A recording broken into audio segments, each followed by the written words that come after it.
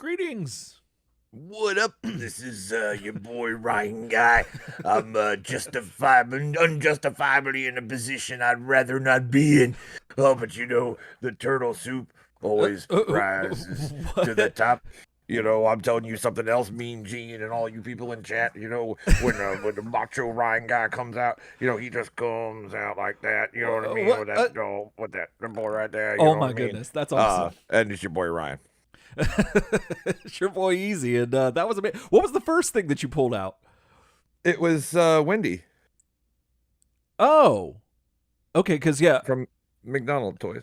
Oh, you can see her better now. Birdie. Whatever. I thought her name was Wendy. No, that's the other fast food restaurant. No, I thought her name was Wendy though. Yeah, no, I think it's just Birdie. Unless they I don't know. I think you're crazy. Unless I'm crazy. I mean. And then you saw the other one, right? I saw the other one. Yeah, the Hello Kitty. Yeah, that's awesome. Yeah, Hello Kitty. Yeah. Yeah. I just grabbed whatever. I mean, I wish I had more McDonald's to it. Well, I do. I could be like, no one does it better than McDonald's. I don't know why I have so many McDonald's things on my desk right now, but this is. Have you seen this McDonald Land? Well, I'm familiar with McDonald Land, but I have not seen that. So this comes in the adult Happy Meal now.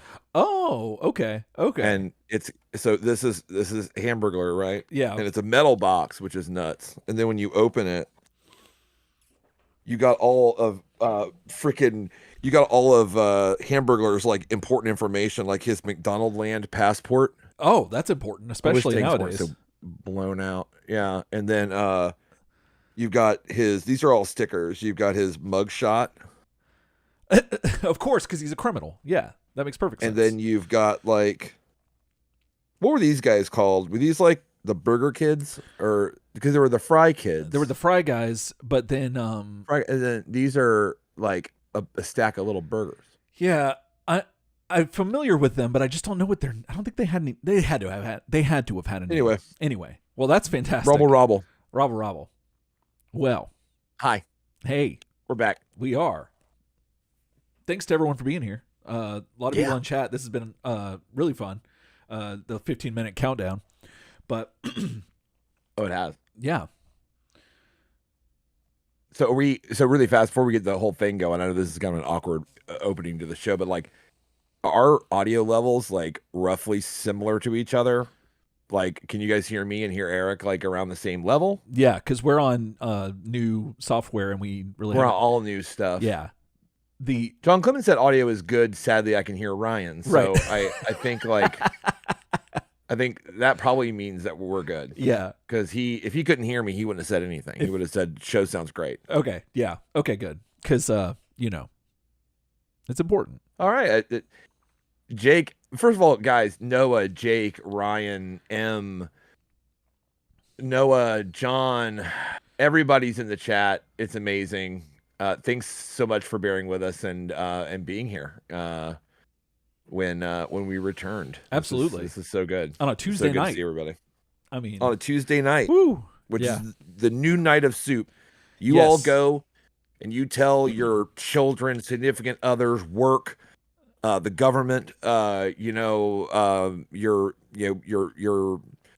your dom, whatever, depending on kind of what your relationships are or whatever. I don't judge anything, but of course not. Tell them all that Turtle Soup is on Tuesday nights at 8:00 now, live on YouTube. So that's what's gonna kind of like, what I mean? That's how it's gonna be. So like, if you need to change jobs or, quit school or whatever, then, we're giving you not plenty of notice, but we're giving you now's the notice. Noah, we I think you've said that before that Tuesdays work good for you. So you were in the plus column of like reasons why we should do this. So absolutely. And M, you were here for the easy only days, which I really appreciate. And showing up for that and the easy quarantine stream episodes. Yeah. Which is me just fumbling through this whole new setup, but I think it turned out okay. I think it was fine. Oh, M does say rip the just out of lodge bit. Yeah, no, the from the top boys. Yeah, I mean, you could.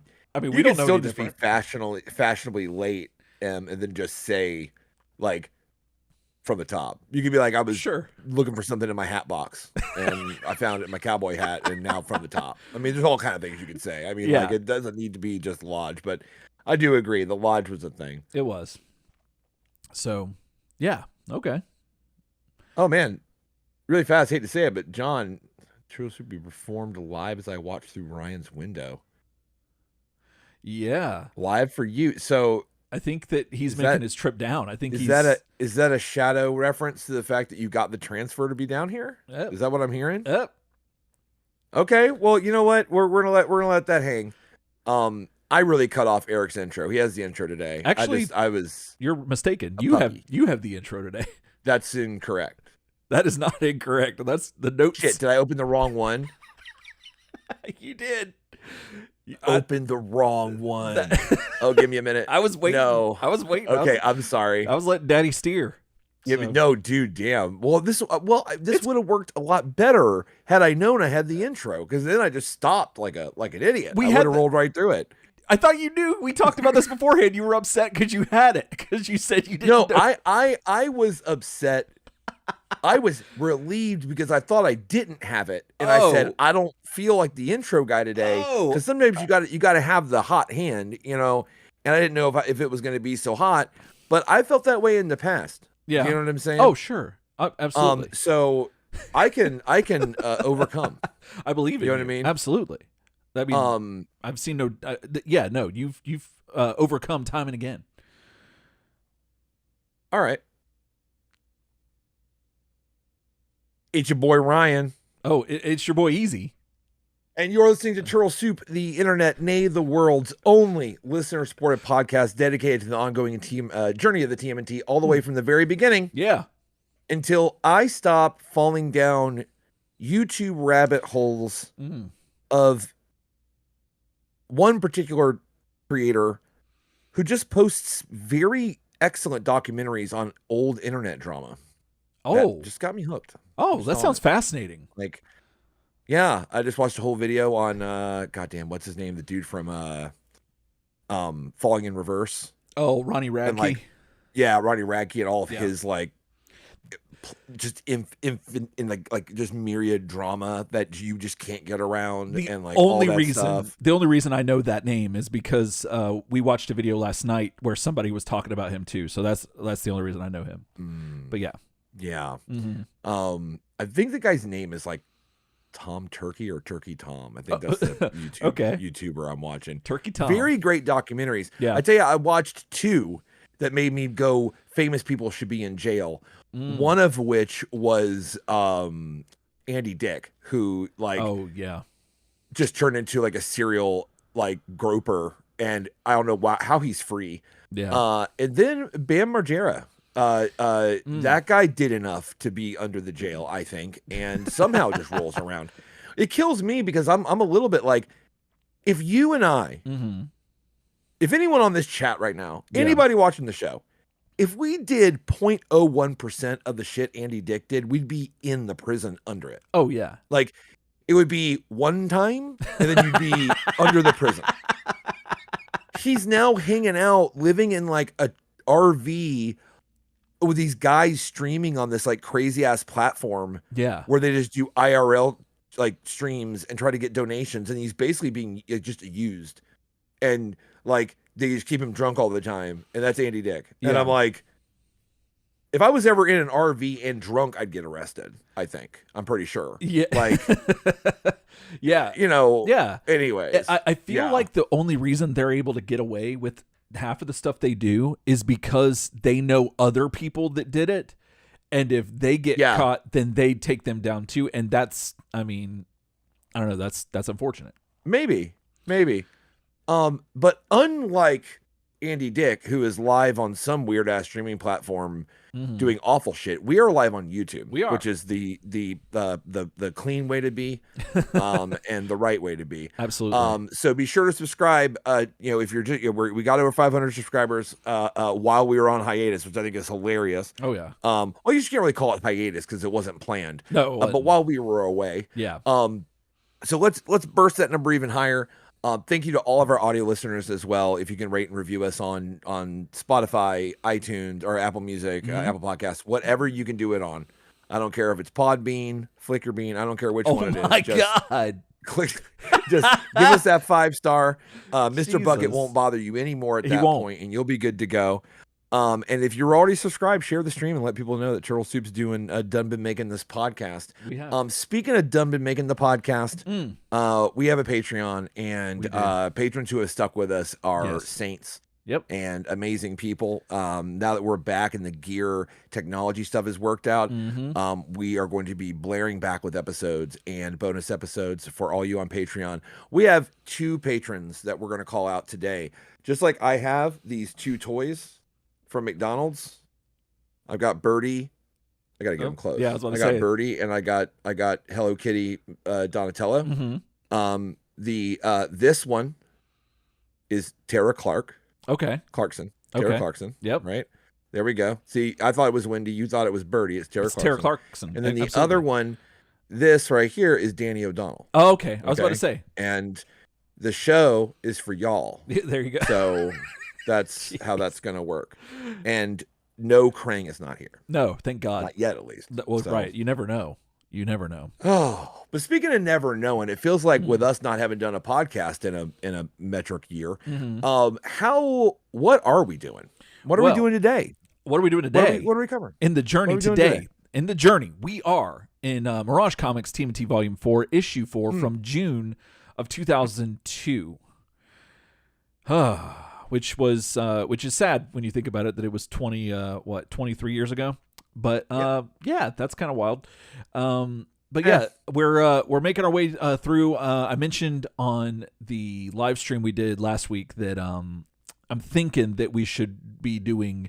We're gonna go after this episode. We're gonna be doing 2 issues per soup. So next week will be 5, 6. That makes sense. We can break through this stuff because I wanted to. It's great. Give it its due, but I wanted to get I wanted to give the intro, like the first part of it, like enough time so we could kind of I don't know, just dive into it and just sit with it for a bit, let it percolate. And so going forward, we're going to be going 2 at a time, do-si-do. But tonight we got 1 issue, and so should be fun. And so speaking of that, Ryan, well, how you been? I've been good. Let's see. Geez. Since we haven't been away, I think we should do this as like a lightning round. So like, oh sure, lightning round. How I been? We took a family trip to Asheville, North Carolina. Yeah, and made me really want to move there. To be away from this whole thing. Oh yeah. But of course only if I live in a commune with you, your wife, Preston, a bunch of my family and everything like that. That makes sense. I'll be telling you about the cult and the thing that we're going to form up there. Okay. Where it's not 100 jillion degrees. Okay. And then my parents and kids went home, and then we went to Nashville. Yeah. Just with an N. For a book event with Alicia and your wife. Alicia, my wife, and that was kind of cool. We did that. That I was in Asheville when you did the first podcast update. Video. Yeah. And then we came back, and man, I tell you what, just getting ready for the kids to go back to school has been a huge deal. Oh yeah. A bunch of crap around the house had to get fixed.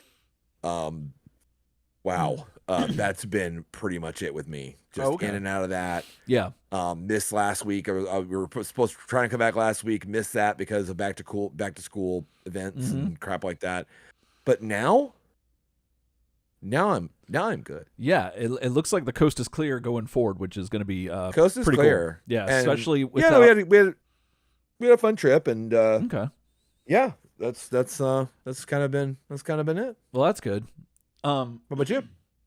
Man, a lot. So I think I've mentioned this a little bit before, but our good friend G Twice died in May, and right around the time when he died, the computer died, everything else died, and so I've been slowly getting everything back up, running, and back to the way it should be or the way it used to be, and but we had his funeral, and we had it at Catnip, the cat cafe that my wife and I were running for a little bit, and that was really fun, and it was very surreal. doing a funeral service at a cat cafe, no less. But it was a good time. We thankfully I found one of his poetry, one of our notebooks that we've had lying around here at my house that everyone's written in. It had some of his stand-up jokes that he wanted to do, and I got to read one of his stand-up setups, and that was amazing because it wasn't great, and that was the point of it. Like he even addresses it in there, so that was really cool. And I got to use this bit that I ran a few bits. We were talking about, I forget how I brought this up in the funeral, but use your imagination, I guess. I was somehow or another, I had this bit where like the business is failing, and the way to save it is we say that we're gonna have wet t-shirt contests outside the cafe, and it's gonna be on like a chalkboard with like cute drawings on it or whatever. But then like it's gonna be canceled due to rain, and nice. I like that. I rolled that bit at the funeral somehow. I don't know how I worked it in, but I did it. Sure. And I had people texting me talking about like how they were still laughing about that like 2 days later, and that made me so happy. So like wet t-shirt. So before everyone thinks I'm like an asshole, something happened and I didn't know what day G Twice's funeral was going to be. On, because all of a sudden it felt like I got a text from, it was either you or Preston. Mm-hmm. Somebody said like, it was like an hour before it was going to start. It was like, hey man, you coming out? I'm like, to what? It was like G Twice's funeral. I'm like, oh, no. Yeah. Yeah, no, it was a weird thing with some of his family. Like they had different dates and stuff, like where they were doing different things, and so it was a little I totally get it. I thought it's funny because it's kind of like, G Twice passed away. I'm like, no, it's really sad. Yeah, I knew him, and it's like, so at his funeral that you weren't at, I'm like, yeah. Oh no, sorry, I'm not trying to make you feel bad. I just wanted to. No. It's all good. I just didn't want people to listening to be like, so Ryan skipped this funeral, and he's like, yeah, really sad. Great guy. But anyway, let me fill you in on his funeral. Oh, that sounds good. Yeah, tell me. Yeah, tell me all about his funeral. Sorry, I just wanted to sell that bit again. It just no, that's great. That's great. No, that's I think the reason you're able to pull it off is that was G Twice propping you up. Exactly. I think you know so. What I mean? Like that's Absolutely. what that was from the grave. From the grave. But and then unfortunately, our stuff ran out with Catnip, like our contract, so we decided not to continue. So we're no longer running the Cat Cafe now. And that's sad. Yeah, and a lot of stuff in our town is kind of closing down because the city doesn't really support it, and it's really frustrating. But the cool thing is that usually when things like this happen, something else, every ending is some new beginnings end or something like that. Ben Gibbert said it better than I could, but yeah. But yeah, then let's see. Noah said should have it been cats in shirts.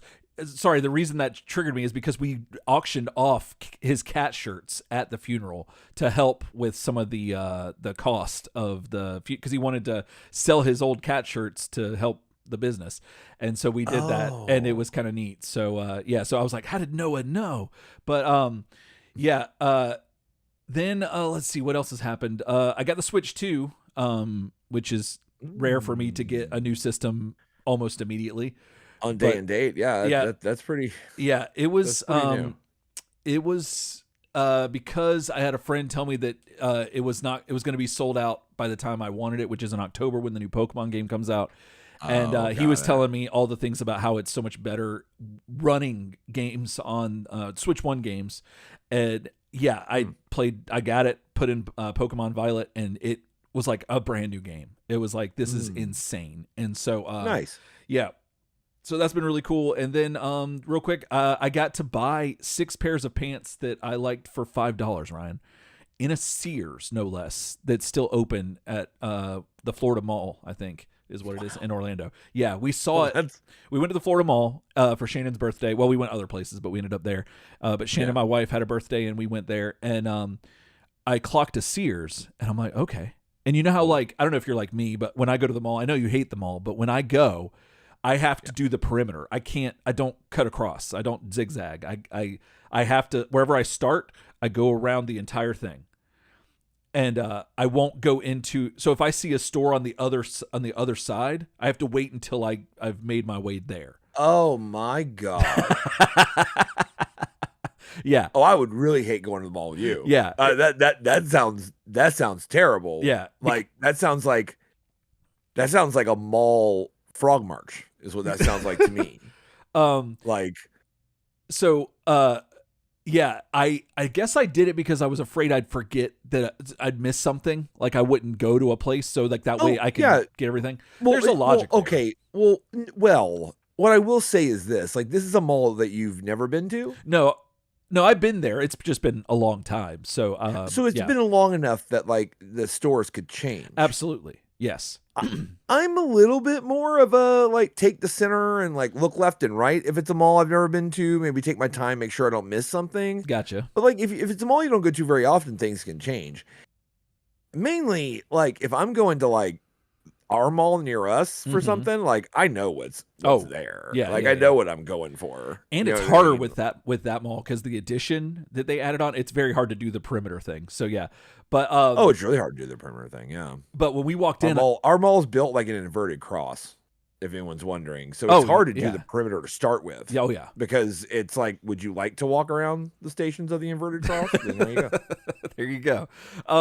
But I clocked the Sears when we walked in, and I was like, "Oh, there's an open Sears. Well, we're certainly going in there." We go in, and there's like myriad stuff on the first floor, but then they say, "Come visit our second floor," and we're like, "Oh shit, okay." So we go, and it's like it's blocked off the rest of the store, so it's kind of like I don't know, behind barriers and stuff, so you can't see the rest of the store, but it takes you down a pathway. It feels like we're in the back rooms. And we go. Oh hell yeah, dude! So we go up the elevator and it opens up to like the whole entire floor. You can see it. It's just got racks on racks, and I find a rack that had like a $5 green tag, and it said everything here's $5. I tried on some jeans. I like the way they fit. I bought 6 pairs for $5 because you know how they say like if you find something that fits or that you like, buy multiples of it. Yeah, I've never really been able to do that, and so. Yeah, I was just extremely happy about this. But how does that work? Because it's 6 pairs of jeans. Each pair, each jean. So I paid like what is it, $30? Yeah, for 6 pairs. So I got 6 pairs. I gave the person $30. They gave me 6 pairs of jeans. Oh, that's a little. Oh wait, so the way you put it is a little misleading then. Because what 6? So when you say 6 pairs of jeans for $5, what I think is 6 pairs of jeans and you gave them $5. Where I'm like, those jeans are worth like under $1, like some amount, like my mental math sucks, right? But no, $5 a piece for 6 pairs. That is that's a hell of a deal. Oh yeah, absolutely, and it makes sense. Yeah, there you go.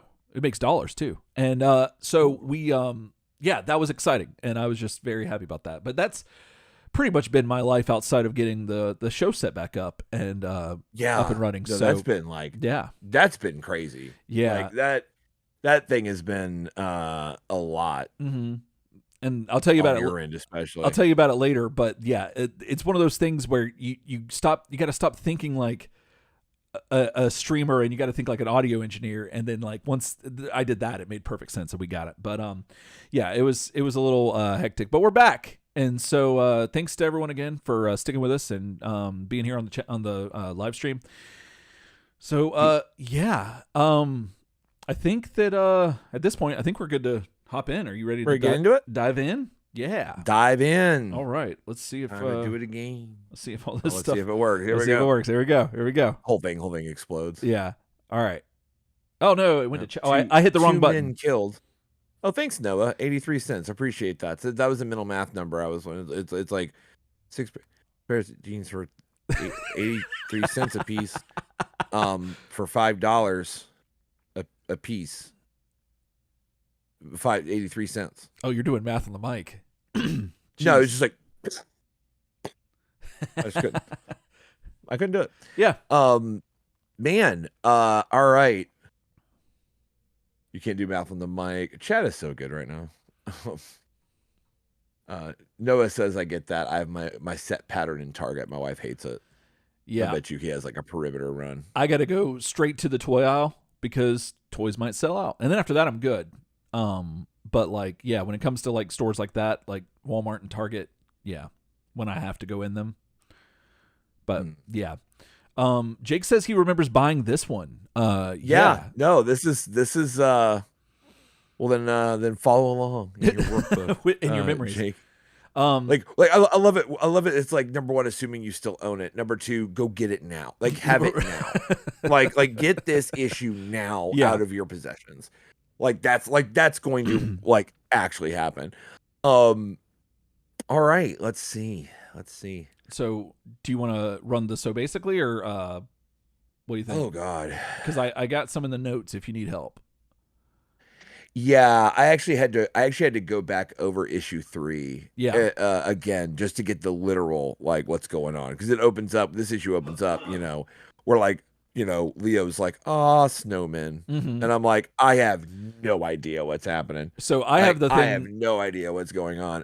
So I had to go back, but I have a pretty good grasp of it now. Okay, yeah, I had the thing where I thought we'd reviewed this because we had set up to do the show before and then it fell through. So I thought we'd already done it. And I'm like, so yeah, that was a weird thing. But yeah, no. So nice. Okay. Man, so Noah says we're about to deep dive with the daddies. So here we go. Mirage Volume 4, Number 4. Mirage Publishing, TMNT Comics, Volume 4. We're back, and this cover is insane. This is number 4. Went on sale, or dated June of 2002. Mm-hmm. So close to the Bucks winning the Super Bowl. It's June, so it's like still baseball. Like, at the time, I was watching the Devil Rays, and it was not great. And I was waiting for football to start because I was so happy about football. And little did I know we were going to win the Super Bowl. Oh, man. Let's go. So what do you think about this cover, Eric? It cost you $2.95, $4.10 in Canada. They are raking Canada over the coals with this one. And maybe it's worth it. They are. And yeah, I was collecting at this time. I more than likely got this. I know I've got the first few issues of this. So I got to dig them out eventually. But yeah. But yeah, no, I love this. I think the coloring is fantastic. Fantastic. It does a it's probably in line with what they've been doing, but it just looks different and cooler for some reason. Like it pops off the page, and that's also probably due to the fact that the background is an image that we see later in the issue with this character that you see the turtles in the background, and it looks like the comic pages, but kind of like got the opacity is turned down a little bit, and then this ninja looking character that looks like it may be a robot, but maybe not. Who knows? Maybe Foot-esque. We don't really see any insignia as far as I can tell. But you don't know. But they look awesome. And yeah, I really love the coloring. This reminds me of I want to say it's the Kubert brothers, but I could be mistaken. But there was some X-Men cards that they did like the entire set of, I think. And a lot of exactly. It's in the coloring. Yeah, it's in the coloring and the lighting, like how the lighting is hitting and stuff, and how the steel plays. Yes, there's something about it that's triggering that for me. Exactly the card art you're talking about. Yeah, and so I absolutely love that, and it's interesting because it's I don't know, but also her. Well, I'm assuming it's a her. The anatomy, like the way that her arms and stuff they look like how Lawson normally draws them, but they also look a little like, I don't know, it just looks interesting, but it doesn't look too Lawson, but it doesn't also not look too Lawson.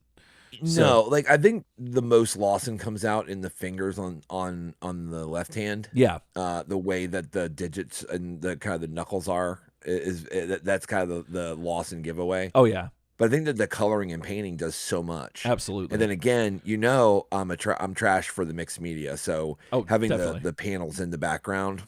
Oh yeah. That's what I'm for right there. So before we get into it just a little bit from chat, Jake found his copy. Oh, nice. So Jake's going to be like following along like in his actual workbook, which is great. Ryan Ragland says that one time the Bucks won a Super Bowl, we also won it again with Tom Brady. What has your favorite team done? Anyway, and I would also say, Ryan, that I would put whatever your favorite football team is up against that 2002, 2003, really 2002 to 2005 Buccaneers defense and see if you score anything. In fact, we would score on you from returning picks for pick sixes because that's what we did. Anyway, let's see. And that's about it. Sorry, I had to respond to a couple things in there. Steelers, Ryan. you automatically touched a nerve. You said you were like the best Ryan way earlier in chat. Now I don't know, guys. I think we might have to hold elections because I think that's all I'm saying. Like, oh my Lord. Oh, okay. No hate. Steelers used to have our number back in those days. Actually, we lost to the Steelers a ton back like that. That Buccaneers defense, like I don't know why we go on the road and the Steelers would have us in Pittsburgh every single time. Like we would have just demolished a way better team, and we go up there, and then the Steelers are just like, "How about you lose?" And we're like, "Thank you," and we go home. How about you lose? Yeah, how about you lose? And we're like, "What about we go win the Super Bowl?" They're like, "Sure, but go ahead." Oh, more Super Bowls than anyone, Ryan. You mean when they wore leather helmets or sorry, this is devolving. I apologize. No, it's okay. I was trying to make a transition. I was going to say well, how about we win with this episode and this issue? How about that? That's what I'm saying. How about we all win the Comic Bowl by finishing this issue? Okay. Oh, okay. Here we go. Do we want to do this so basically or what? Oh, that's right. Damn it. Yep, we can do that. Okay. Do you want to handle it? You want me to? Sure, I can handle it. Let me get so basically. Let me embody so basically. It's like, have we decided if he's like a spirit? I think that like that's like so basically. I can't remember if he died or not. Is a Roman. I think now I guess a demigod. That's what I'm thinking. He's not dead. Like he's not, but he comes from those times. Right. Yeah. So basically.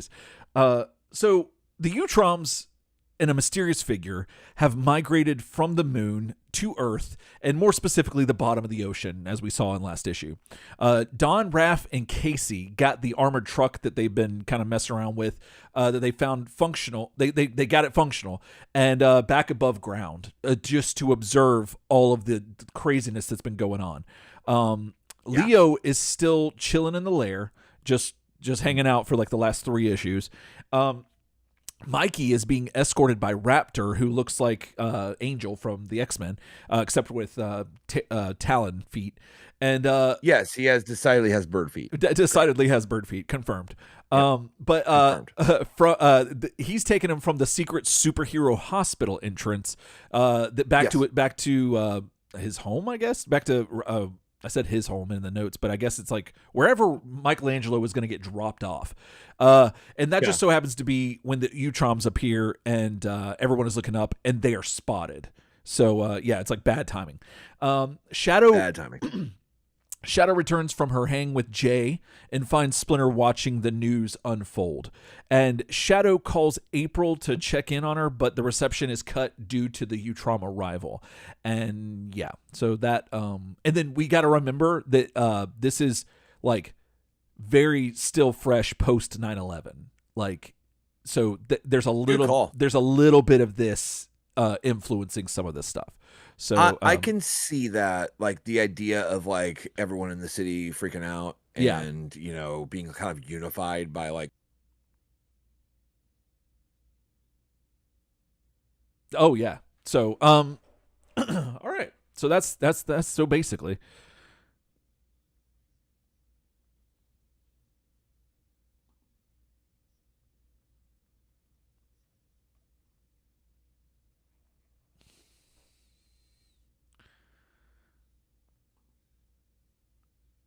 Yeah, I did. I talked about that. I did. I think, but it's okay. You froze for a minute, so it's understandable that you might have missed that. Like something might have happened, and yeah.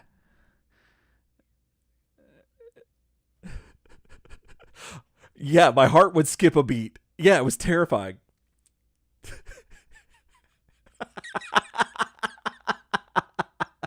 But at least I can still hear you, though. I think that's the most important thing. Yeah.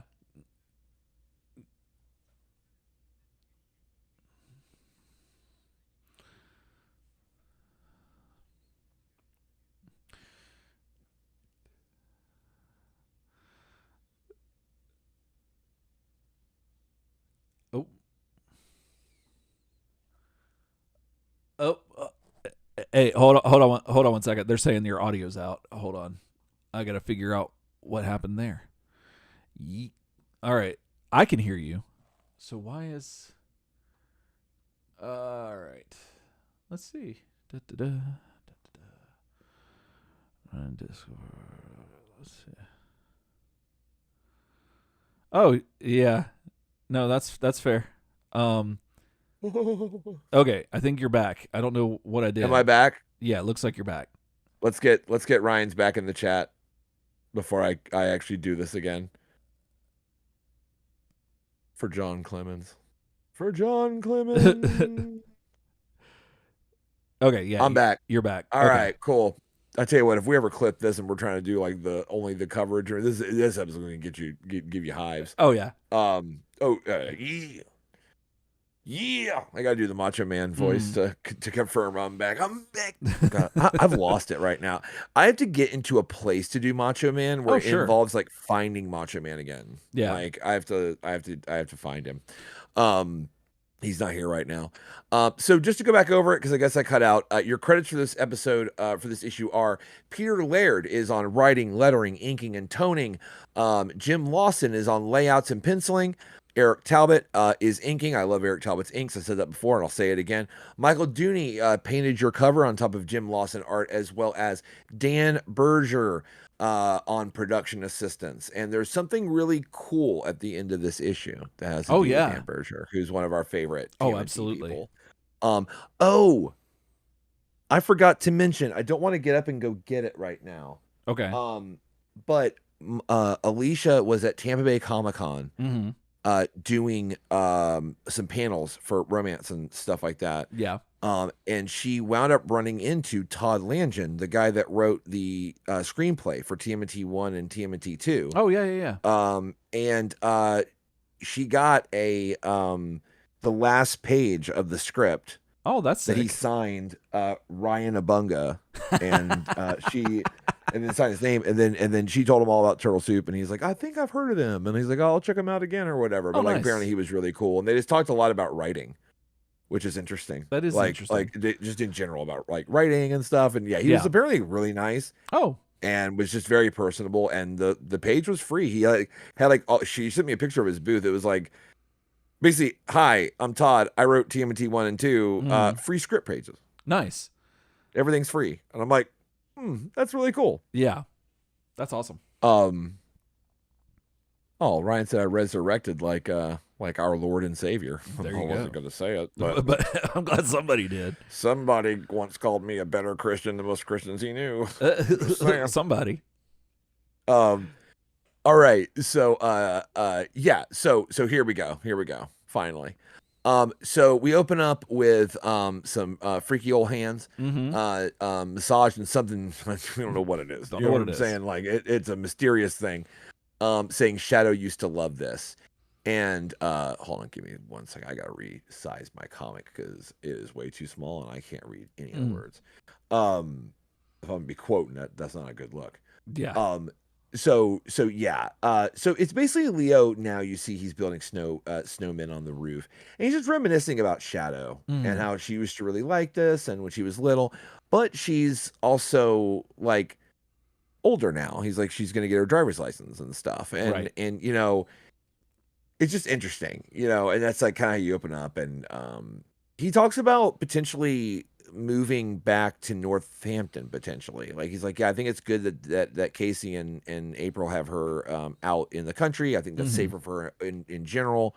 But like I have thought about going back there maybe or something like that. But then he's like, you know what, that's enough of the BS, time to fight. Right. So love the panel art at the bottom of this. Oh yeah. Excellent layout and art concept. It's him getting his weapons right, with the narration being, time to be the sword. Right. I like how he like pops the second Ninjato up and like catches it and he's like thap. You know what I'm saying? He's like, let's go. And again, this is great because I find personally, I think this feels like a bit of a Mirage homage, to coin a phrase from Francisco. Yes. I think this felt to me a lot like a love letter to the Leo Micro. Oh, definitely. Like it's Leo on the roof, snow, and there's no dialogue. It's just art of him fighting and running, and it just felt so good.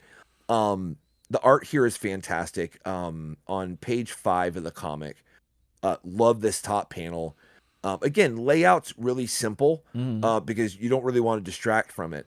But the action of him like popping through the second one, then stabbing the one in front of him. Right. All the action here is fantastic. Oh yeah. Especially then on page 6, the middle panel of him like running forward. I'm about this business. Oh, absolutely. I'm about all this. This is just like, so sometimes you see a lot of action or a fight, right? And like the comic starts to like decompress. Yeah. Or sorry, the comic starts to compress. Like you just start like flipping through pages because the art is just people fighting. But like I gotta say, sometimes this can feel like at the same pace, at least for me, that you're reading, because the art is so cool. Oh yeah, definitely. You almost spend that much time on each panel. And then once you realize that it's an homage, you start watching it and looking at it to see if there's anything else that it's like reflecting back on, like especially like the last panel on this page. Yeah. You don't think the last panel is reminiscent of a Return to New York or something like that? You know what I'm saying? A thin white line, wasn't it? Or a thin? That thin white line. Yeah. I mean, I'm seeing the thin white line of it all right there. Yeah. Which is really neat. So then, all done, he's like, all right, time to go back, time to warm up and stuff. And then he hears a noise and he looks over the roof. What the devil? An armored car? And it's your boys in that armored car. Oh, you know what I'm saying? Like, if I had that Who armored car, I mean, I'd be like, what? And they're rolling through. Don't forget, guys, just to get y'all up and remember, there was a dead person that rotted for 30 years leaning against the steering wheel of that car. Right. We're just driving that. No 409. No, like. I mean, you can assume wipes. But then you got to also remember that these people live in the sewer. So like. Oh, that's true. Yeah. A lot of Snickers bars that aren't Snickers bars. Oh my Lord. So this is kind of neat. So because there's always a kind of like Batcave element that I really love in TMNT. Like when I just like the idea that like how their layer, if it's not done in a cheesy way, how their layer being like kind of like the Batcave is like super cool to me. Like yeah. I remember in the 87 animated series, they would run the turtle van out of that circle grate. It would pop out, and that's how they get out. But the thing, when you started mentioning it, my favorite is when the turtle blimp shows up, and they have it in a whole other ass building, like where it just opens up and is like, how do y'all get all this stuff?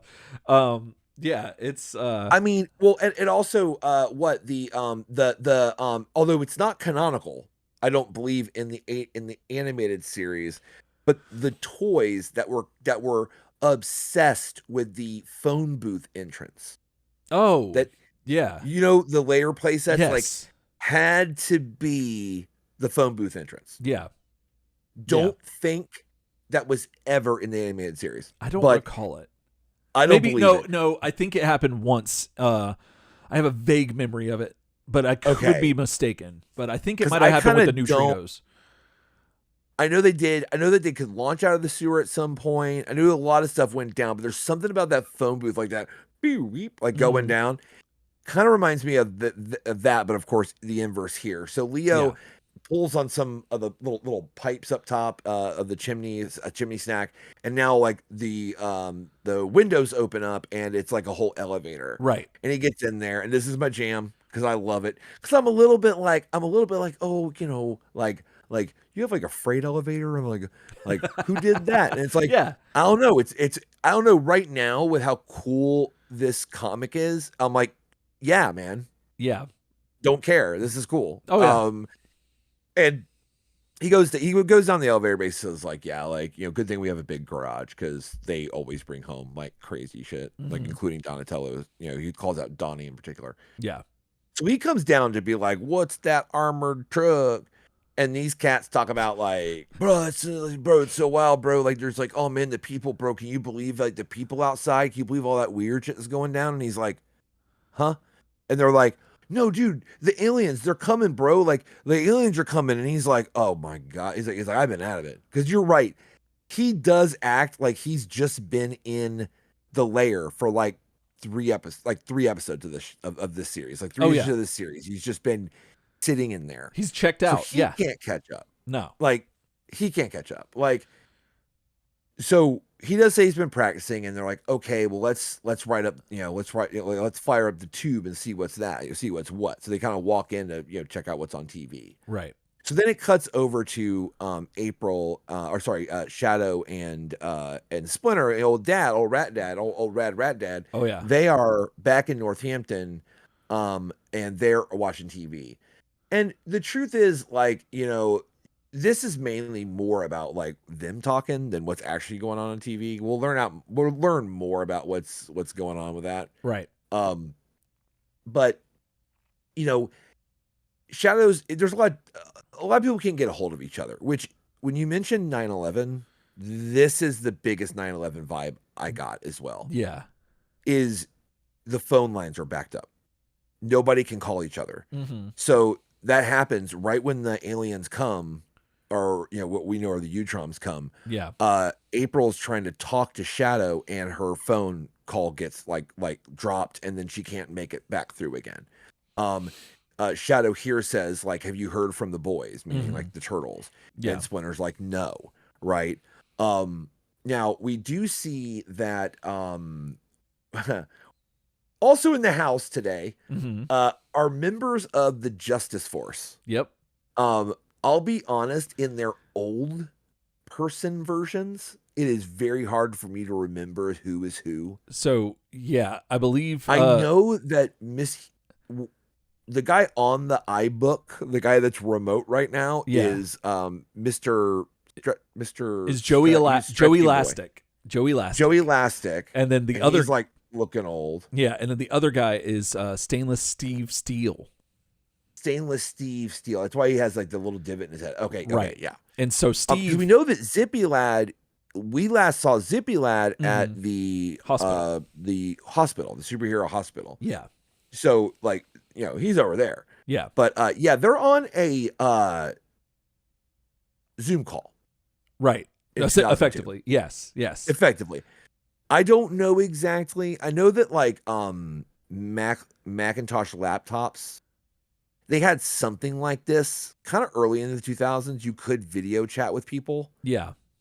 But this feels a little bit like future technology for them. Yeah. Because if you look at this, he is on a very responsibly sized MacBook. Yeah. Right. And there's a webcam on it too. And there's a webcam attached to it, and they're just chatting. Yeah. So I think it's neat. It's a little bit like telling the future. A little bit. A bit. Yeah. A tattly bit. But yeah, so they're chatting, and Stainless Steel Steve is kind of like, all right, dude, like, what's the verdict? And Joey Elastic's like, well, the verdict is, and you realize they're talking about the Justice Force, like, are we going to do anything about the aliens coming? The idea is like, no. Right. We basically all made the call. We're too old. We would get in the way. There's new superheroes now, and we're just not. And he's like, all right, like, sounds good. Like, he's like not particularly broken up about it. Then he sits down to watch the news too, because everybody kind of, Shadow overheard the call, obviously, and is like, yeah, dude, you guys are retired. It's all good. And come, Steven, join us and watch the news. If Splinter ever said, come, Ryan, join us and watch news, I would never get up. No. That's an invitation. I mean, you don't refuse that. No. I don't care if like I'm crossing my legs, I got a piece of bad. I don't care if like half the house is on fire. I'm gonna pull up that old chair just like Stainless Steel Steve did. I'm gonna sit down. Mm-hmm. And that's the right thing to do. That's what you got to do. It is the right thing to do. and then Splinter shushes them, which, like, if Splinter shushed me, I don't know if I'd ever say another word. I would not talk much. I'd cut my lips off. Oh, I like the lips. Yeah, like not the tongue out. No, cut the lips off. So you're like, oh, okay, sounds good. You know what I mean? You're basically Jim Carrey. Is that what you're? That's what you're setting up. Yeah, that's what I was going for. Was that Jim Carrey? Was that the character on In Living Color? The one that was like the fire marshal guy, but his face is all burned. Fire Marshal Bill, I think that was him. Fire Marshal Bill, was that where he pulled the lips back and stuff? I think so. I think that was that character. But yeah. John Clemens says if seppuku shushed me, seppuku, no question. Oh yeah. Well, hey John, listen closely. That was him doing it. Oh dang! No, don't do that. See in the funny pages, John. Oh my Lord, goodness! I'll see you on TV, John. Oh, how you like that? I'll see you on TV. You know what I'm saying? What was that I'll drop that. That was the Platinum Dunes. That's what it was. Turtle movie. Yeah. Oh, that's right. I'll see you on TV, April. Like, get the fuck out of here. Lord. So they sit down to watch the news, and this is when we get like the news bit now, right? This is when we kind of transition into that. So we see live image of the no-fly zone that is established by the Air Force, and we notice now that the Air Force has established a no-fly zone within so many 1,000 feet of the things that have landed in the water last issue, like the island they're calling it. Yeah. Apparently, like one helicopter got some tracers over the bow, and that stopped everybody from trying to fly over it. Mm-hmm. So now the news helicopter is far away, and they're trying to use the best high-powered lenses, okay, to zoom in on this thing. Mm. And I always thought it used to be so funny when I was about to, he's like, all right, here we go. He's gonna zoom in. I thought it'd be so damn funny if like the page turn reveal was like it was zoomed in on his crotch or something. I don't know why. I just thought that would be like, I don't know why I thought it'd be hilarious, but like I was like, what could you zoom in on that would be like way too like macro lens? Yeah. You know what I mean? I do, but I really love what they did though. How it's like they're just tiny. They're so tiny little drawings just on the bottom panel down at the left. Like they're zoomed in as far as they can, and it just looks like little squiggles. Yeah, and they're these little things. I kind of love that so much. Instead, the right thing to do was to do the panel like you did it here, where like at first it's like now it's like only some of the reporter. Then it zooms in really far into the building down there. Right. See if I can show you how squiggly they were. Oh, you can simulate it? Yeah. Well, here, I can get you. Oh, I thought his crotch was up there. I was going to zoom in on his crotch for you. But yeah, like they're so tiny. I just love this. It is great. But yeah. So I'm going to narrate this all really fast. It says, Phil, why don't you start zooming in on my right? Yeah, that's it. You can see the bizarre island, which has landed in the ocean waters just outside New York City. Until just recently, this strange structure was apparently some kind of spaceship first detected from military radar emerging from behind the moon. Early reports, still unconfirmed I must add, theorized that the island ship is composed mostly of some kind of rock. Some are even saying it's moon rock, if you can believe that. I fucking can't believe that. Since its arrival, there has been no activity on the island, no sign of life. Speculation as to the purpose and nature of the entities which have brought this strange artifact to our world continues at a fever pitch. And then you see the little dudes. Yeah. That's genius. Everyone's got an opinion. This reporter wonders if our planet's various cadres of super beings know more than they're saying. Seen here by Longshot are several of them, including Radical and the Meta Beast. They're helping to enforce the no-fly zone. And I'm like, who? They look like they're in a petri dish. Yeah, they do. It's so funny. They do. It's so funny. But that's how they would look, because like, the original shot, if you back out, like you see there's like specks right around the air behind them. And yeah, some of the superheroes are flying around in it, Oh yeah. I don't know who like rolling that like Doctor, or like like Professor X rig. Yeah, I'm It's not not sure even who it looks like something Professor X would have if like he could walk. you talking about. Almost like, can't you see him? No, yeah, down there.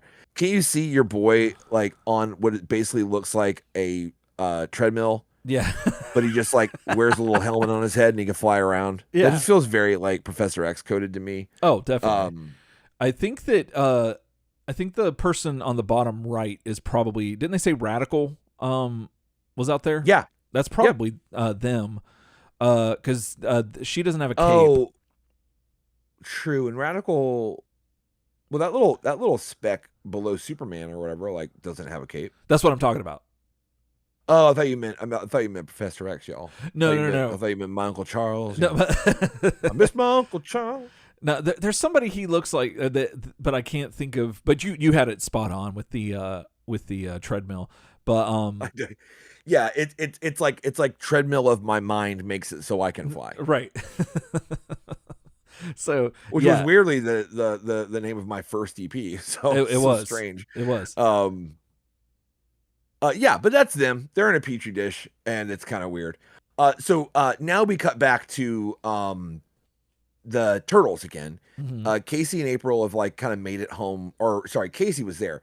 April's made it home now, which is a new addition. Like she finally walked home and got back to where they are, which is again not really a lair.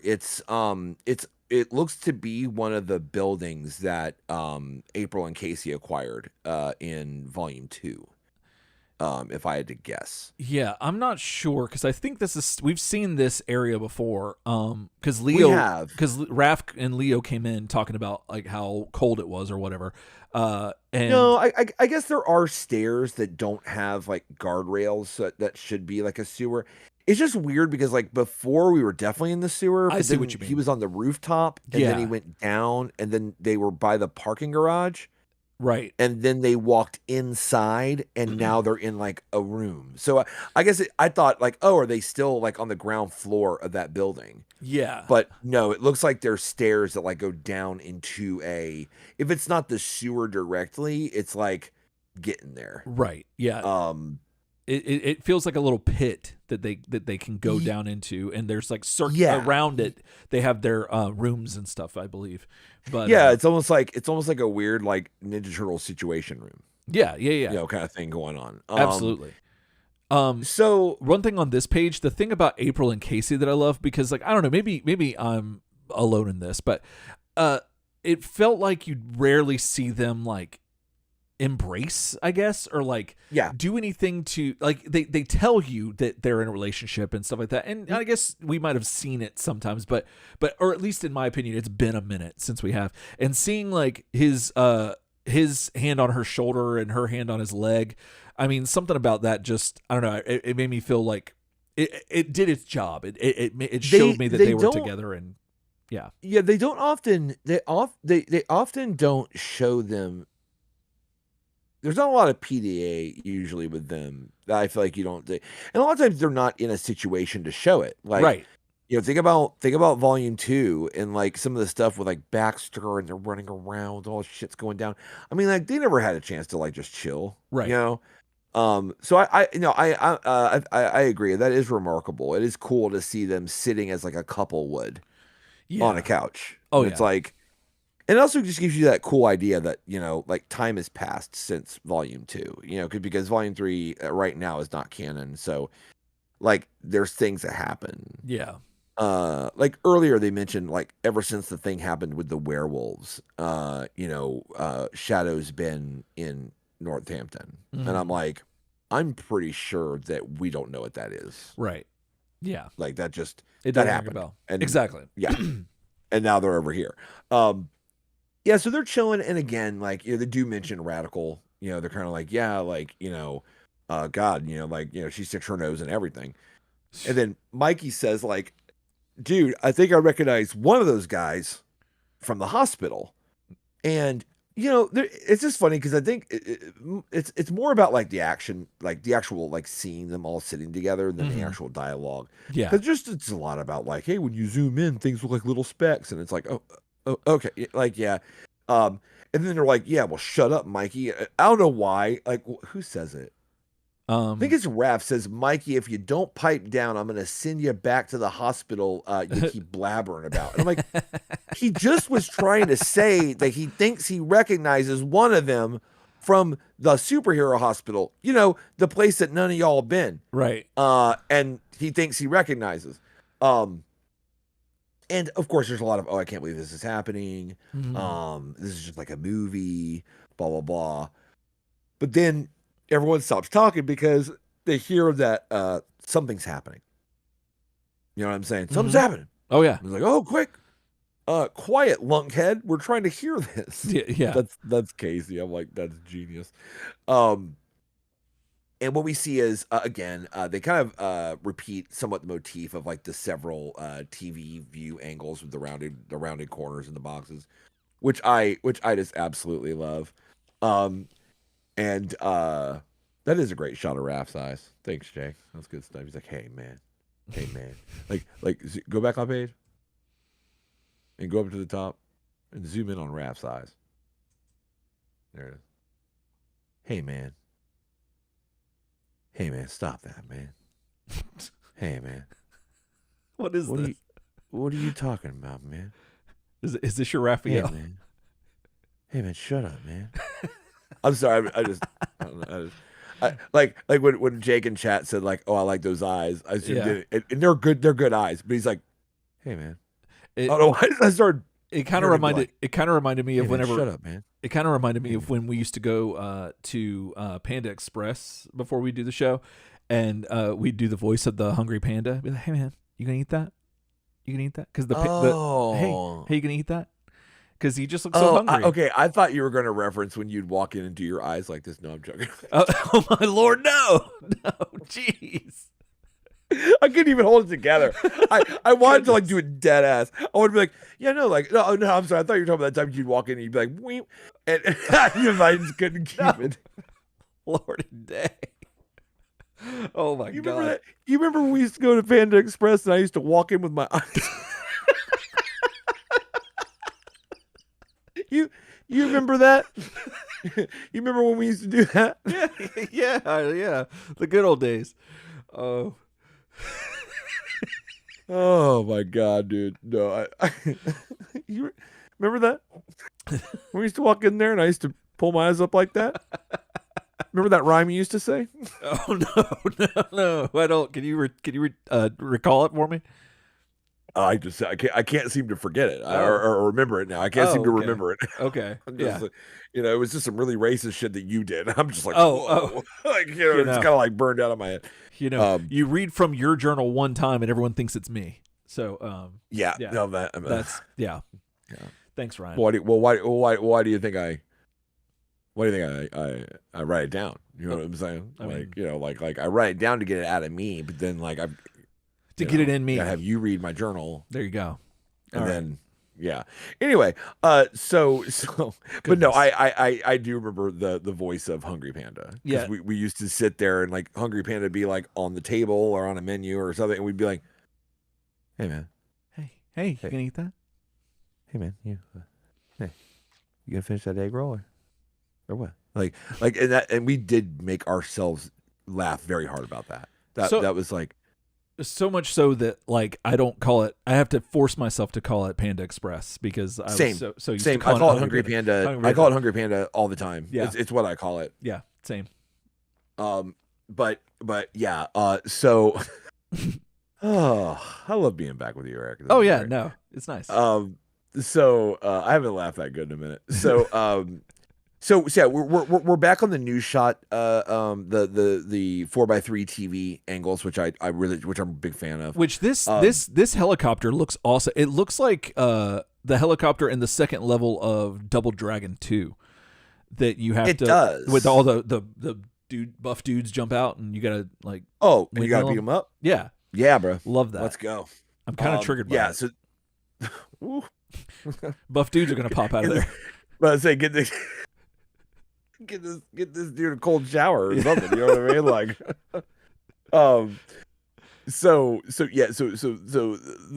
door opens, the buff dudes are in there, Yeah. and then Eric arrives, and then they're like, hey, like, dude, like Zoom, can you fill it on the island? Like this thing's going down, Phil, bro. And there's like a door opening. And they're like, yes, there it is. And this felt very oh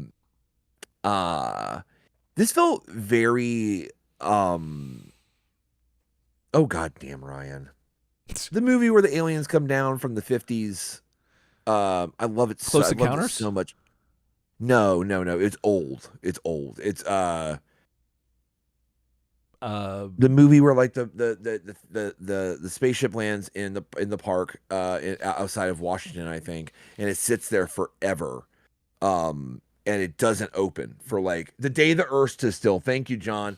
I love the day the Earth stood still. And that's what this whole sequence feels like, the day the Earth stood still. Have you ever seen that? I don't recall. I'm vaguely familiar with the name. So the whole cool thing about it is, and you're showing more of it, so we'll get into it, is that, this door opens and this pod, the same like tug, one of the tugs that we saw earlier, comes out and produces the Space Shuttle Defiant. Yeah. Which is just coming out. You know what I'm saying? Yeah. Like, I mean, I turned the page and I was like, oh, that's Yeah, I had that same reveal. Okay. It's like, oh, there's a tug. Page turn. Oh, that's a space shuttle. Holy shit. Yeah. Oh, John says Klaatu Barada Nikto. So that is the movie that that reference came from in Army of Darkness. Oh, okay. Do you know the Army of Darkness thing where like he can't, like the whole bit where he can't remember the guy tells him go and you have to go get the Necronomicon and you have to like seal it. And, I do remember. You have to say, Baradu, God, he said it, Klaatu Baradu Nikto. Right. And then when he gets there, he can't remember it. So like Klaatu Barada, like that whole thing. Yeah. So that is from the day the Earth stood still. It's a day the Earth stood still reference. Which is great. But yeah, so we do also hear that obviously some things happened when we weren't around. That we did not know that the Space Shuttle Defiant was not heard from in weeks and presumed to be lost with all hands. Yeah, that's new data. Yes. So they're bringing it. Oh, but has the crew survived? And it's just so badass. This is like the last thing you'd ever imagine would happen. Right. Like this thing comes up. Oh wait, Zachary Vargas is in chat. I'm sorry. It says a similar discussion about Klaatu reference is also on an old episode, which is really funny that we've sense. Like Ouroboros our way into like talking about the same things again. Sure. Lifting it up and love the shots, and it comes and settles down, coming down right outside the UN. Yeah. Which is just badass. And that's what happens in The Day the Earth is Still. Oh, okay. So this egg-looking ship thing comes down just like that. No scariness, no attacks, no missiles, no death rays, and just lands in DC. Right. Just like chilling. And nothing's happening. But this isn't DC though. This is right? Because this is the United Nations building. This is New York. Yes, I was talking about the movie. Okay, you threw me off for a second because I see the bridge there. I was like, I don't think there's a bridge in DC like that. So sorry, I was thrown off. That's really strange. Apologize. No. So in the movie, here it goes. It lands outside the UN in New York. Okay, there you go. Yeah. But like the movie's version of that is to land in DC. Okay. And I don't want to. If any of you haven't seen the original, The Day the Earth Stood Still, the black and white one, you need to, because it's like sci-fi. It's like old 50s black and white sci-fi, like served up on a platter. It's so good. The subtext and messages are amazing about humanity and how our xenophobia and like all this stuff. But the part that's remarkable is there's this tension of like, is it ever going to open up? Is anyone going to come out? Right. Like, what do they want? and the military are trying to, like, the military are planning to attack it, and the journalists want to film it, and the people are scared of it, and it's just all this tension and all these, like, we just kind of like zoom in on it, and we get like everyone has their own agenda about it, and you get this feeling like we're gonna fuck it up, right? Like, this is first contact, and there's like a 9 out of 10 chance we're gonna fuck it up. Oh, so that's where the tension is. That's where the drama yes, is. That's the tension. Okay. Ooh, it's I like number that. one, like, is it hostile? But the thing is, I don't want to sell too much, but well, and then the second thing is it rusted? Like, that's shit, is it rusted? No, know. Not one bit of rust seen. You know what I'm saying? Like, on that thing, it's very, very spotless. But there's a feeling that, like, it's peaceful. Okay. But we could really screw it up, and whatever. Really highly recommend it. It's probably a 90-minute watch if it's that long. Well, that's definitely what they're referencing here. Absolutely. Just based on what you're saying, I can totally tell that that's exactly what this is. Yeah, and I love it. And I love it. I love the fact that it's got a space shuttle. Oh yeah. And they very like, you know, they lay it down on one part of the park, and then they roll over and they park next to it. And this is where I'm going to turn it over to you. Yeah. So they're outside the United Nations, and there's already a ton of people there, which I'm assuming everyone's just like flocking around New York, just running around trying to get to wherever all the action's happening, you know. One thing I do want to touch on real quick, just based on your I about said aeronautics, I'm not sure if that's the right word, but right here on this page, down at the bottom, you see what looks to be like bombers. Let me see if I can zoom in on them. That wouldn't probably be happening, right? Like the stealth bombers, like, because I don't think they would be slow enough to. I don't think they can go that slow. I mean, obviously they got to pick up speed somehow, but like, okay.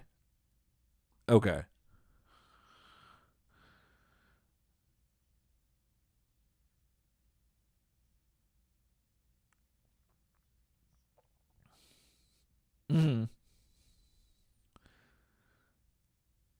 Oh, okay. Yeah.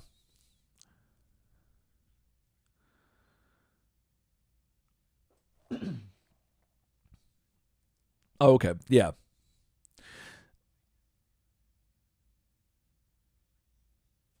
Oh, hold on 1 second. Hold on. The audio dropped again. Let's see. What do I got to do that? To do that? I don't know what I did to get it back the last time. Okay. Well, it is our first show back with new stuff, so we gotta do some stuff. So, yeah. But I mean, we were able to go a long time without it happening, so that's good. So now, I did something. I clicked something, and it popped back up. But yeah. Let's see here.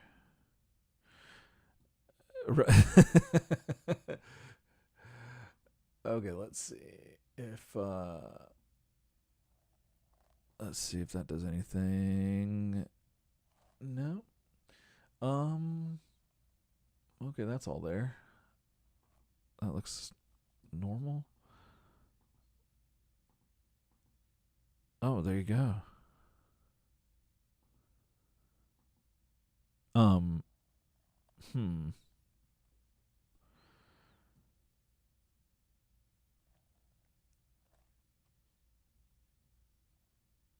It could, yeah, but I'm just.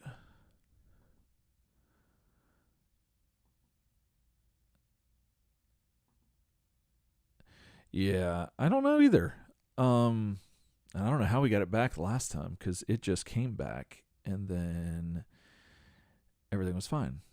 And so I'm kind of redoing everything that I did before. And let's see.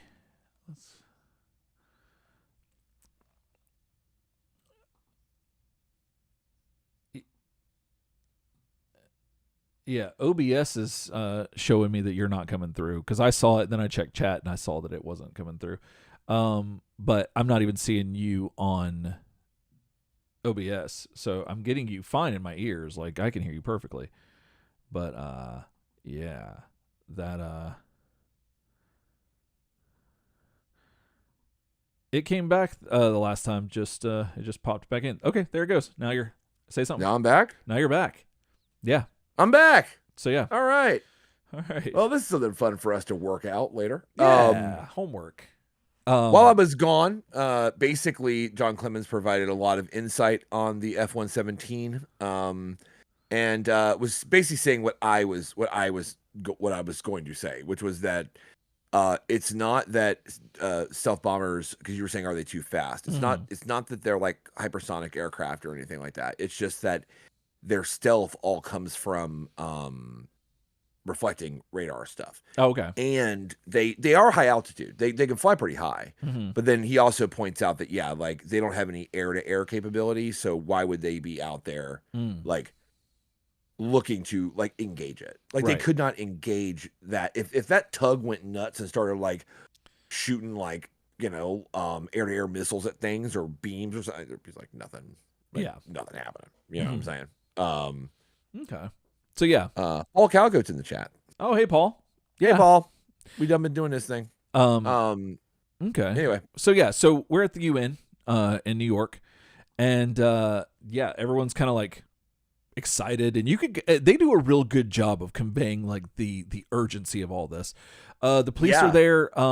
They have a few what they call super types, just doing some crowd control and everything like that. Yeah. They're not sure really what is going on because this is like unprecedented. But something happens. A door opens up, and then this long stairway drops down, and you see that it is Colonel Scott Harlan, commander of the Space Shuttle Defiant, and the rest of the crew is behind him. So they all look to be in good health, and they're coming down waving and smiling. Everyone's like excited and cheering. And then they say a couple other people, Derek Nelson and Sandra Bauer, they're all there. So all the crew pretty much are good. And they get to the ground, and they just, I think Colonel Harlan says, we got some new friends who'd like to say hello. And here they are. And so then you see the Utroms. And they look as old and shrivelly as they always do. They do. They do. I love it because Kevin and Peter always had a good way of making it to where you don't know if they're good or bad. Like they're just androgynous. Like, or I don't know if that's the right term for that per se, but like it's ambiguous is probably what I meant to say. That like their allegiance, like you don't know if they're. I mean, just like anybody, I guess. Really, I mean, they just look like.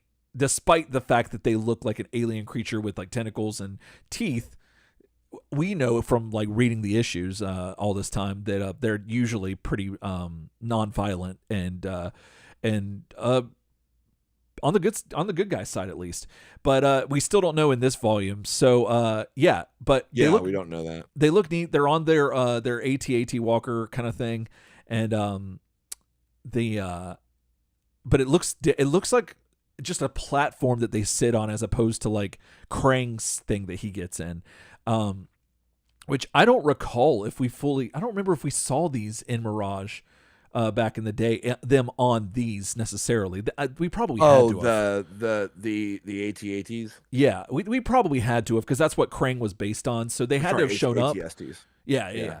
That didn't sound right when I said it, but I was waiting for you to correct me. No. So AT-STs. I've been out of my Star Wars lore for a second. Sorry. But yeah, I don't recall what they look like in the first run of Mirage and stuff. But I don't know. These are neat, and they're just up there, and the crowd's like silent, like everyone's like what, and everyone's like nervous, like what do we do? Like do we? Oh God. Yeah, exactly. So they start making their way down. And they address the fact that they look like brains, or at least the reporter mentions that they look like brains to the audience and stuff. And as they get size of basketballs, right, and as they as the the one Utrom is making its way down. He's almost at the bottom stair, and he falls down. Almost. And so then Colonel Harlan goes over and gets him, and actually it's a her.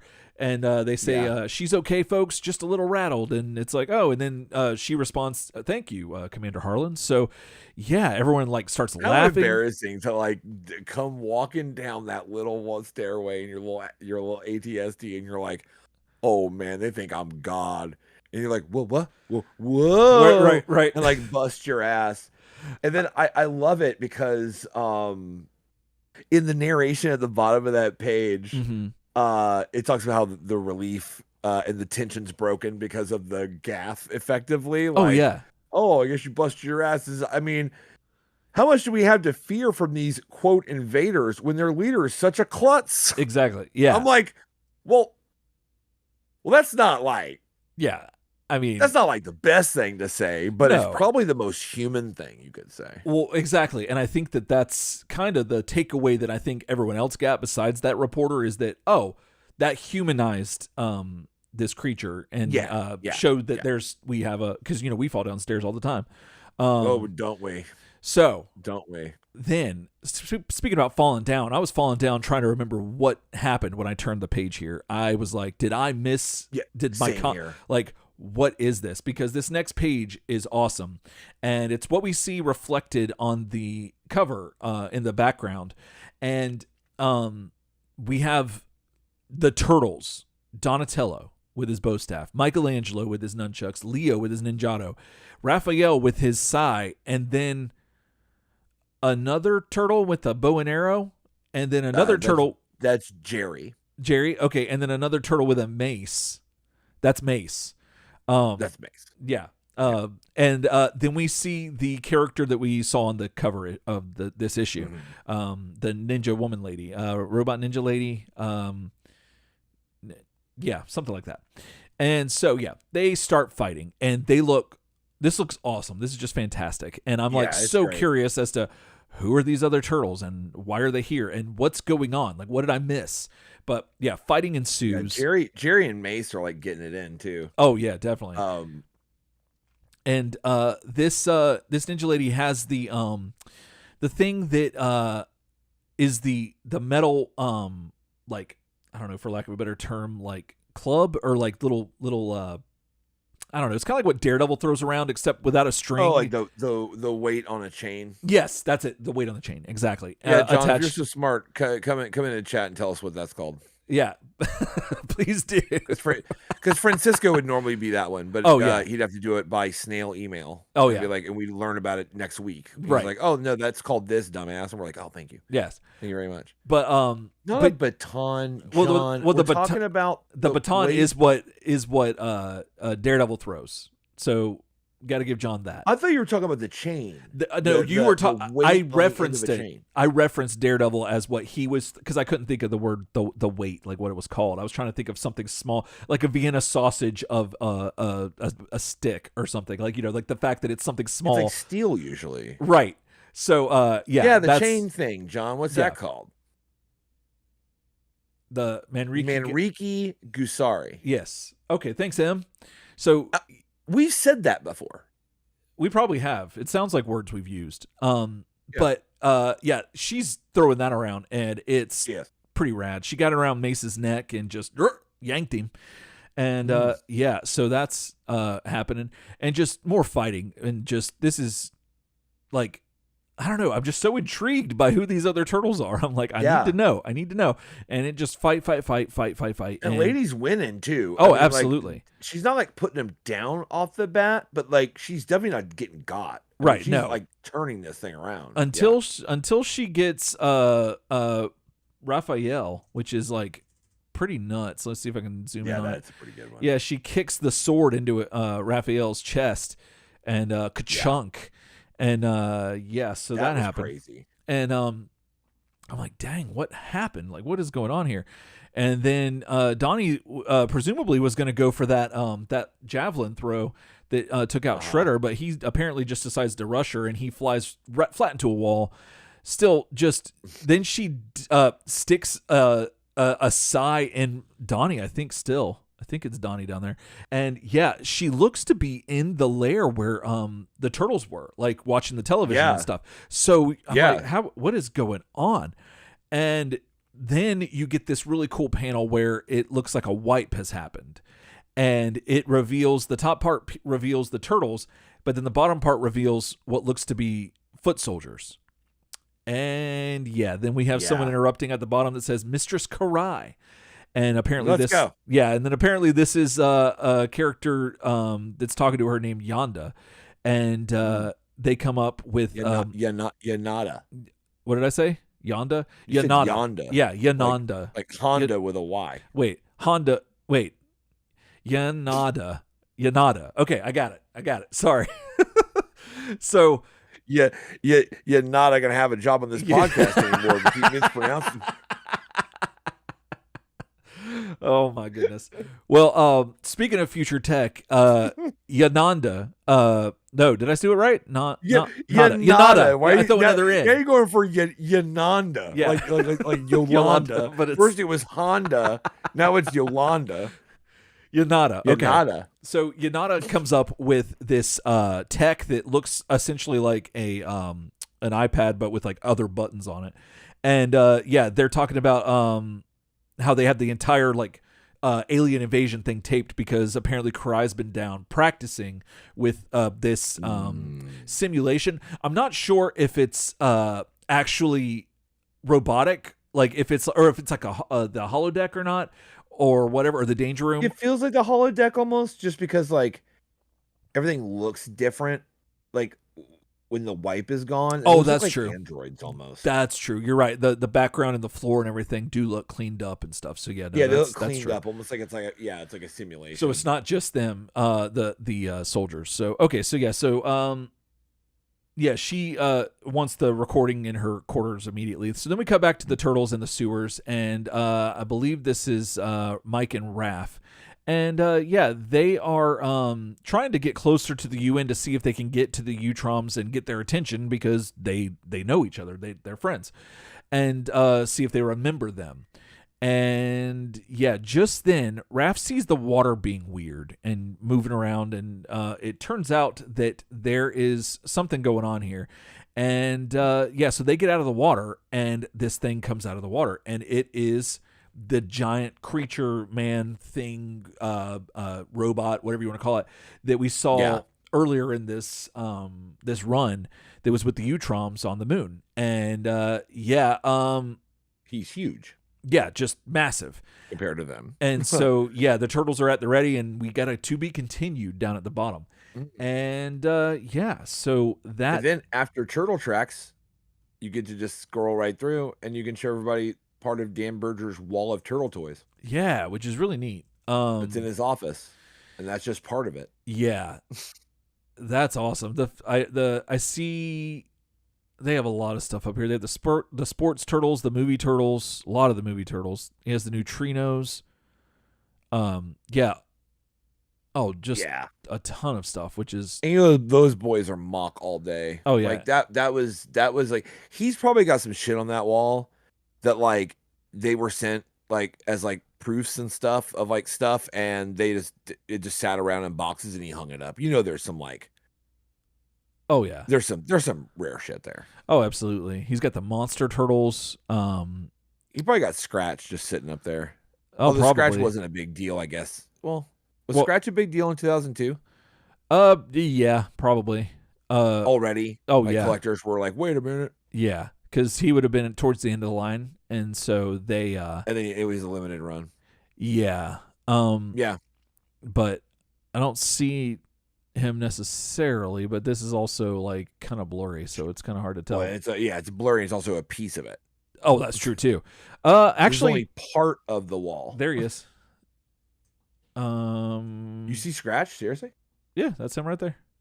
See if I can zoom in any closer. If it, I don't. I can only go to 500, but he's enhance. If you have the issue, he's right below. He's right. I see him. Mona Lisa. He's one down from the far right. Yeah. That's Scratch. Yeah. Enhance. That was awesome. Yeah. So good eyes on that one. Damn. There you go. On the old eagle eyes. I'm good. I'm good for something. Yeah. So yeah. All right. Well, what did you think of this episode, or this issue, I should say?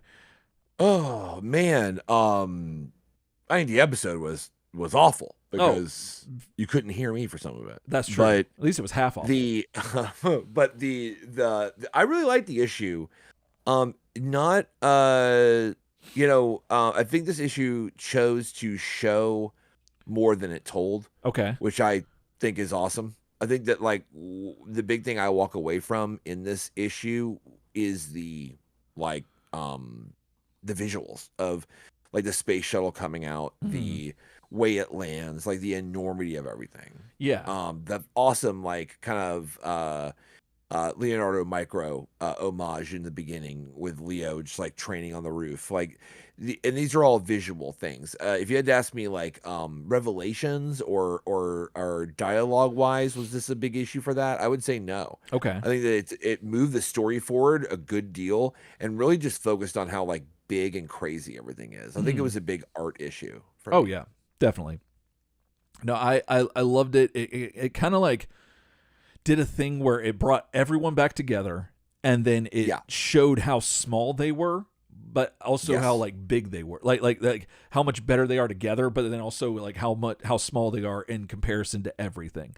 I loved all the references to the day that the Earth stood still. That you like, huge. I didn't know that was. I knew it was probably referencing something, but like the way that all of the references were handled and everything really like was excellent storytelling and kept the tension and all of that going. And so I really appreciated that.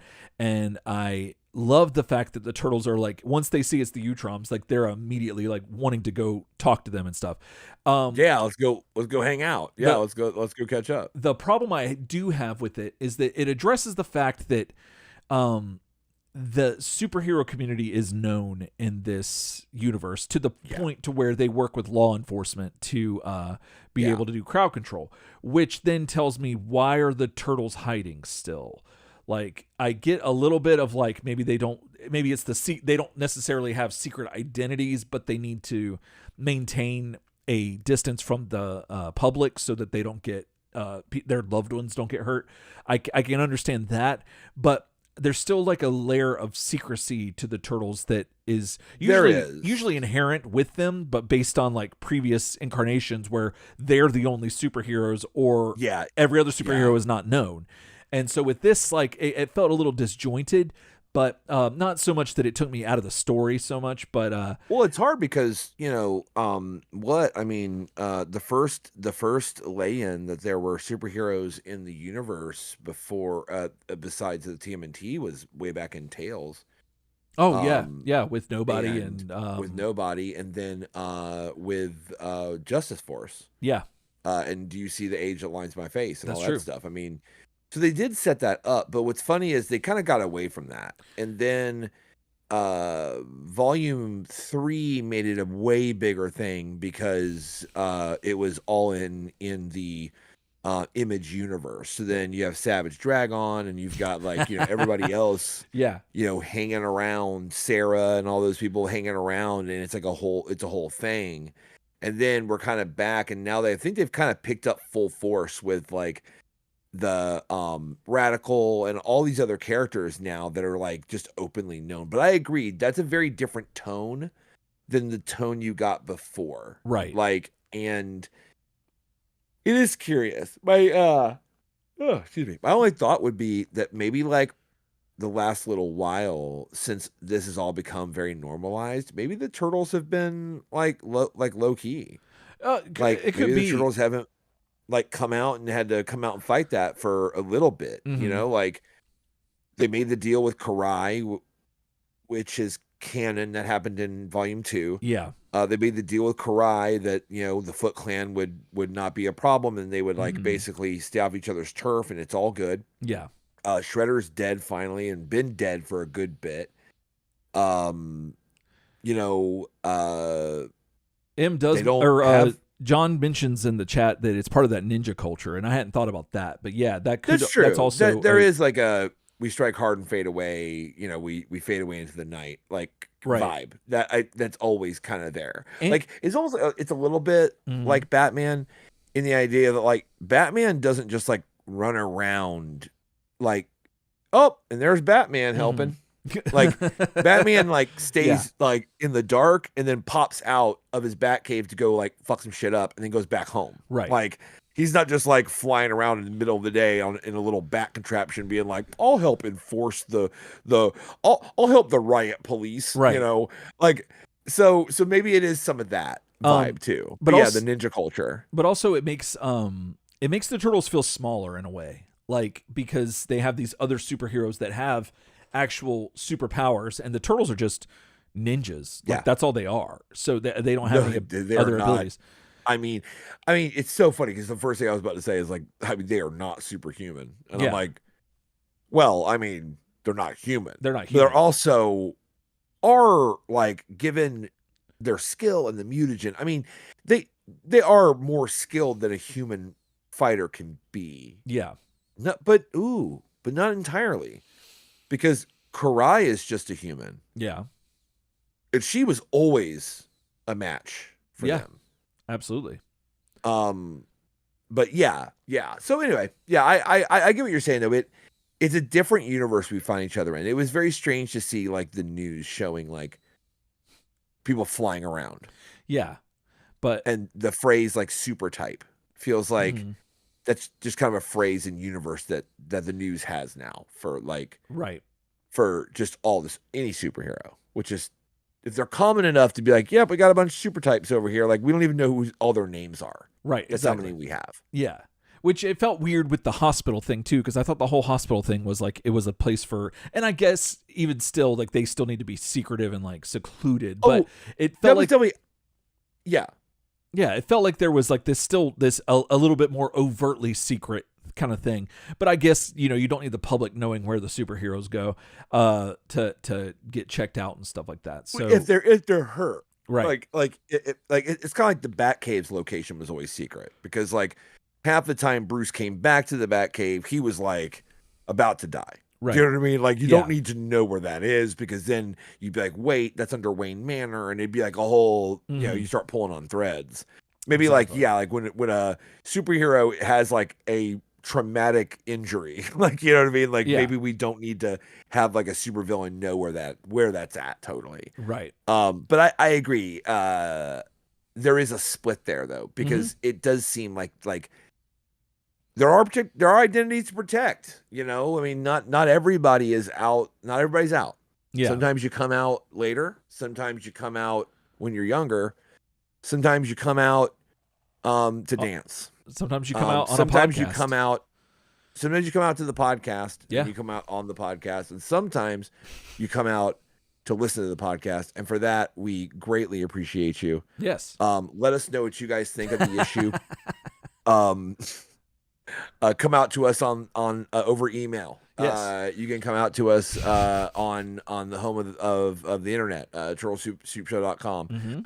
You can come out and email us at turtlesoupshow@gmail.com. We are on YouTube. Obviously, like, subscribe, share the cast. Yep. We are on Patreon. If you have a few extra pennies, we could really use your help to not say clang. All this brand new technology, including what I hope is very good delay. I think our delay time between me and Eric speaking is down a lot. Yeah. I think so. Because I've just noticed that we can bounce back and forth a little more. This has been like the most live feeling episode we've done. Yeah, I think so. As far as feeling like we're in the same room. Yeah. Almost. And all that technology was brought to us by you, and then I guess weirdly brought to you by you. Yeah. So, and yeah, John says you can trust us if you want to come out, which 100%. Absolutely. You know what I mean? Like I've been fortunate enough, and that's not even a joke, to have been trusted with that early access from some people, and I handle it great. So, come out for the soup, come out to us, come out of your shell. And yeah, is there anything else, Eric? Else time.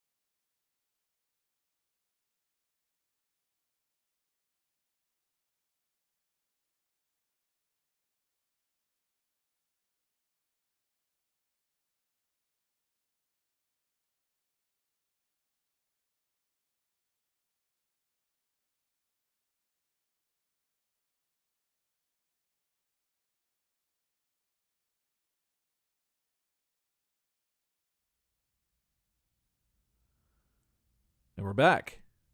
Yeah. Yeah. Isn't it funny how like you're just chilling, you wear a hat, and everyone knows you're bald. It's like I make zero like I didn't make zero like, oh, good thing I wear this hat. Like Patrick Stump, I am not. You know what I'm saying? 'Cause I ain't out here like at least back in the day. Now he has hair plugs. Yeah. But now, like, I never run that old like, yeah, why does he wear that dumbass hat? Oh, he's bald, right? But because of the lighting and how fucking like pale the top of my head is, because I always wear a hat. Yeah. Like, dude, whenever I take my hat off, dude, I look like Lex Luthor. Like, I can see it. It's crazy. Yeah. It's so strange because I don't know if it's like, well, I feel like I look like a Lego character, a Lego head that when you take the hat off. Oh yeah, like, and I just have that like, you're like, well, that's probably why they put hats on them. I never thought about that, but yeah, you know, want to have a helmet. I could totally see that. I get that. Yeah. No, but in real life, it's not so bad. I think that just the filter that it makes your head with the hat off a little. It looks like a cone head situation. It kind of does something like that, but I think that's just the filter. Ryan, bald is beautiful. Oh wait, never mind. That's like the best thing I've ever heard. Oh no, John. I mean, Jake, bald is very beautiful. I mean, people were confusing me and Jake in public when we met up in St. Louis. That's not true because Jake has a body that's lean and nice, and my body looked like a tent that someone had died in. But like, but still, people were so confusing us. Yeah, still, despite that. Yeah, there was like Jake, Sierra, and my wife who look like normal people, and then there was this like ogre. And that was eating a lot of pizza, and that was who I was. Oh, okay. Yeah, man. So, yeah, I don't know. Yeah, episode titles, everybody. Shit. Yeah, we got a few in here. Yeah. Let's see. I think it was John that was shooting them out. Or was it M? Nope, it was John. Canceled due to rain. Dude, look at Raph's eyes, bro. My eyes are up here. Colonel, let's see. That's very funny. Yeah, then M has Colonel Jerry Nardo and them crying Utron boys. Although I think it would be it was girl because the leader fell, so she would be the one crying, right? Oh, I don't know. Yeah. I don't know. It's like fallen ass Utrom and the crying F-117 pilot boys. Zoom in on his crotch. That's what we should call this episode. That is basically what I was asking you to do. Give me pictures of his zoomed crotch. That's what Ryan wants. M. Wilson, in response to my bald head on the stream, said, "Vader at the end of Jedi."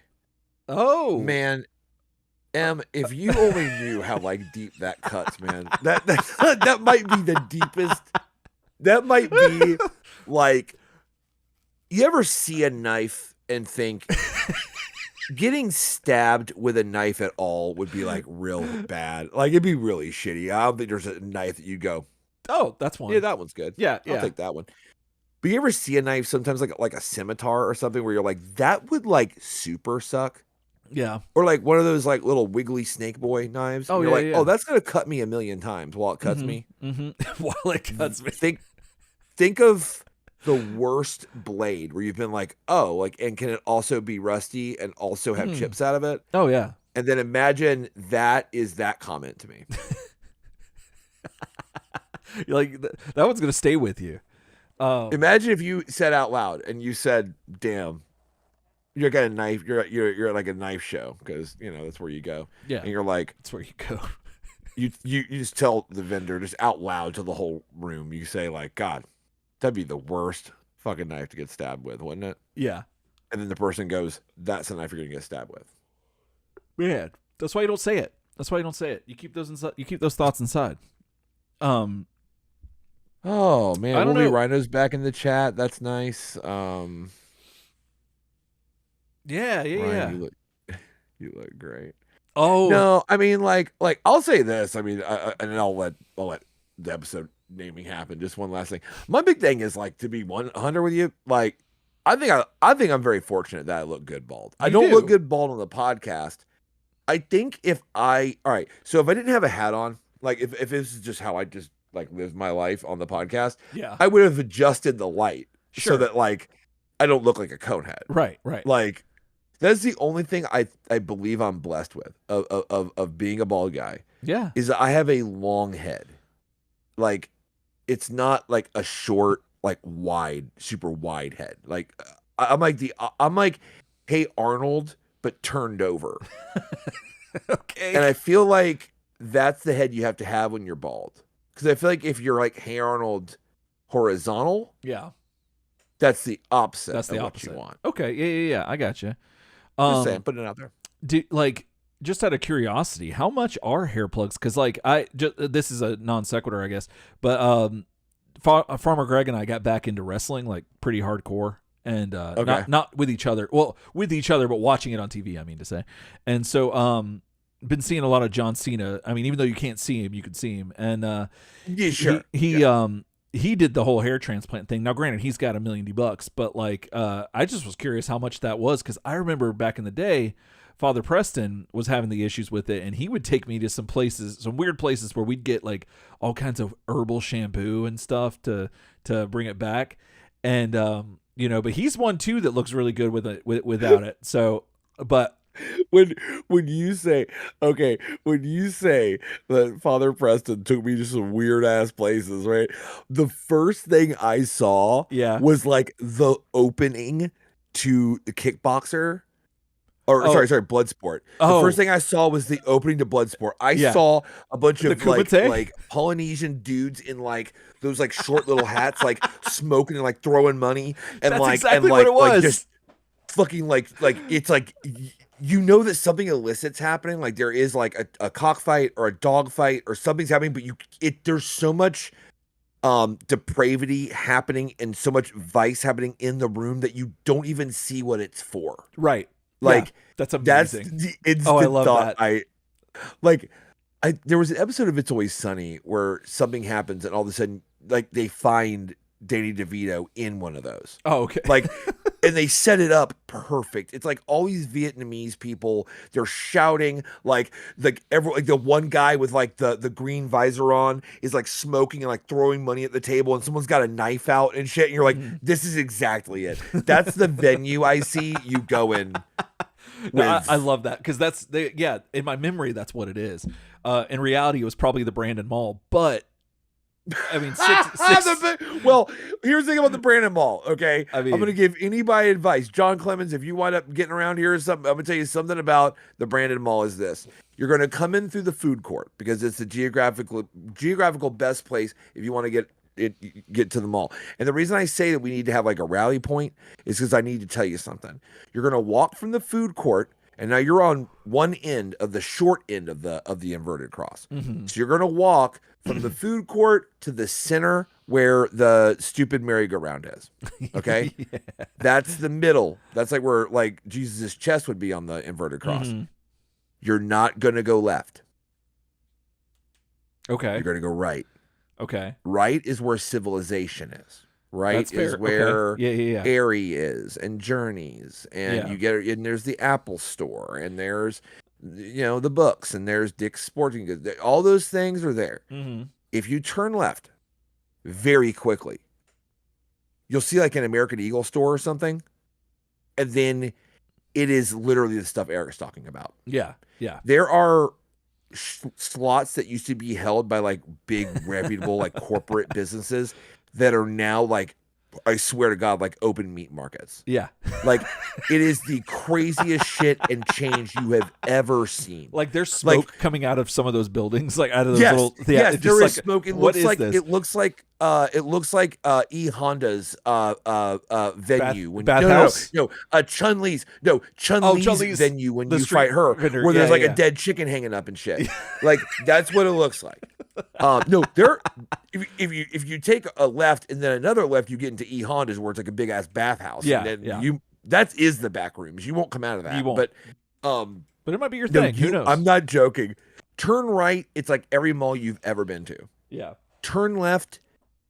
It is all of a sudden like some dude's like installing like a gold grill into like a 12-year-old's mouth, like without their permission. Like, and then you turn around and you're like, where's their parent? And then you realize they're the parent. Yeah. And you're like, oh shit. And then you turn around and it's like, wait, whoa, that's a Foot Locker. And you realize like there's just like currently like it's being overthrown. Like it is a Foot Locker, but like the Foot Locker employees have like risen up now. Yeah. And like they're like they've got, you know, they're basically dragging the manager out like in like a truck that's like driving out the store. Yeah. Like a truck. It's crazy. It is. John Clement says, well, now I gotta go. Oh yeah. Oh, press check carry piece before going to this mall. 100%. So Brandon Mall is very safe. Oh, yeah. If you take a left, it's just an adventure. And this sounds very xenophobic, and I don't mean it to. No. Because everything I'm saying funny enough comes from like cultures that aren't white. But there is going to be the Trump store. Get ready for that. Oh yeah. And here's the problem: is Eric and I have memories of this place. So we remember when those stores was like Vision Works, like or KB Toys, literally, or KB Toys. Yeah, we're literally the place that I got my first contacts prescription. That was my eye doctor. Was in that mall. I lost my virginity in that Sears. So I mean, you know. So talk about the it wasn't the softer side. I'm not joking that it's like a Kratom shop that also does tattoos and also has Trump shit. They got the Kratom side out there. That's true. And you're like, Dr. Phillips, are you still there? You go. I feel like I'm going wandering in like, yes, Jake. It's time for my eye appointment. Fuck. Yeah. It also cost me $5. You're correct, Noah. Yes. Yes. But and there's a place that has a year-round Santa. Like I don't know why they have that. That's just like unnecessary. It's like stuck on loop. It's a year-round Santa. Yeah. I mean, good for them because they get like, you know, a yearly paycheck. But no, and here's the thing: is this is where it gets like Lovecraftian. Every time you go, like. They're different stores.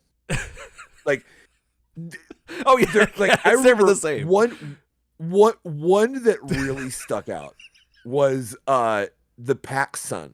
Okay, so the PacSun stuck around forever as that part of the mall died. Yeah. Like all like the Aeropostale gone. Like all these stores that were awesome down there, like the Foot Locker. Like you know, they had a junta, and then they elected a dictator, and then that was it. And all this stuff happened, right?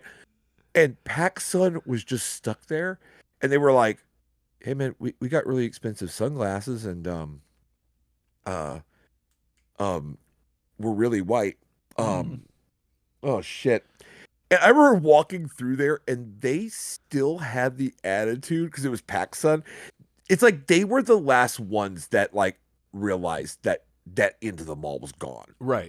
That like whatever gentrified white people like Aeropostale clothes and all the things they used to buy there don't fly anymore. They're the last ones to look up and notice. Yeah. So you'd walk by and I'm like, oh shit, is that like a jerk barbecue place? Oh, that's fucking sick. And here's PacSun with like two girls that look like they go to like Bloomingdale High School. Like, you know, blonde girls sitting there going like, who sunglasses are important, especially in Florida. You know, these were on the OC. And you're like, that show was 10 years ago. It was. And they're like, well, back then. Sounds good. Yeah, back then. So anyway, all I'm saying is, yeah. This John, John, when you go to the end of the mall, I'll go with you. You gotta take an accountability, buddy. Absolutely. But yeah. But I lost my virginity in that Sears. That's a great. Yeah. So that mall is also the mall that longtime Turtletarians will remember that I overpaid for chocolate strawberries at that mall. If that doesn't tell you something. So yeah. that's taking it way back. That's taking it back 12 years now. Jeez. I put on an old shirt the other day, mm-hmm. an old band shirt, and it had a rip. Like it didn't rip when I put it on. It's like something happened where like it had, you know, like Redbubble shirts, you got like a little hole kind of in the arm sometimes or in the armpit, and kind of I put it on and I had a flashback to your story about ripping your Manson shirt. Yeah. Not your Manson shirt. I know. I was gonna. I was gonna let shirt. You ripped your Manson shirt at that Grand Prix place, and I made him pay for it. You made him pay for it. The manager's like, "What can we do here?" And you're like, "I need my money for the shirt." Yeah. He's like, "I can order you a shirt." And you're like, "That's not how it works." Yeah. Anyway. What are we gonna name this thing? Jesus. Let me answer Jake real quick. I think I paid. It was. I think I got like maybe 10 or maybe less than that, but I think I paid 50 for them. And yeah, from someone who comes from the winter strawberry capital of the world, it was a little much. It was. You were. I was not happy.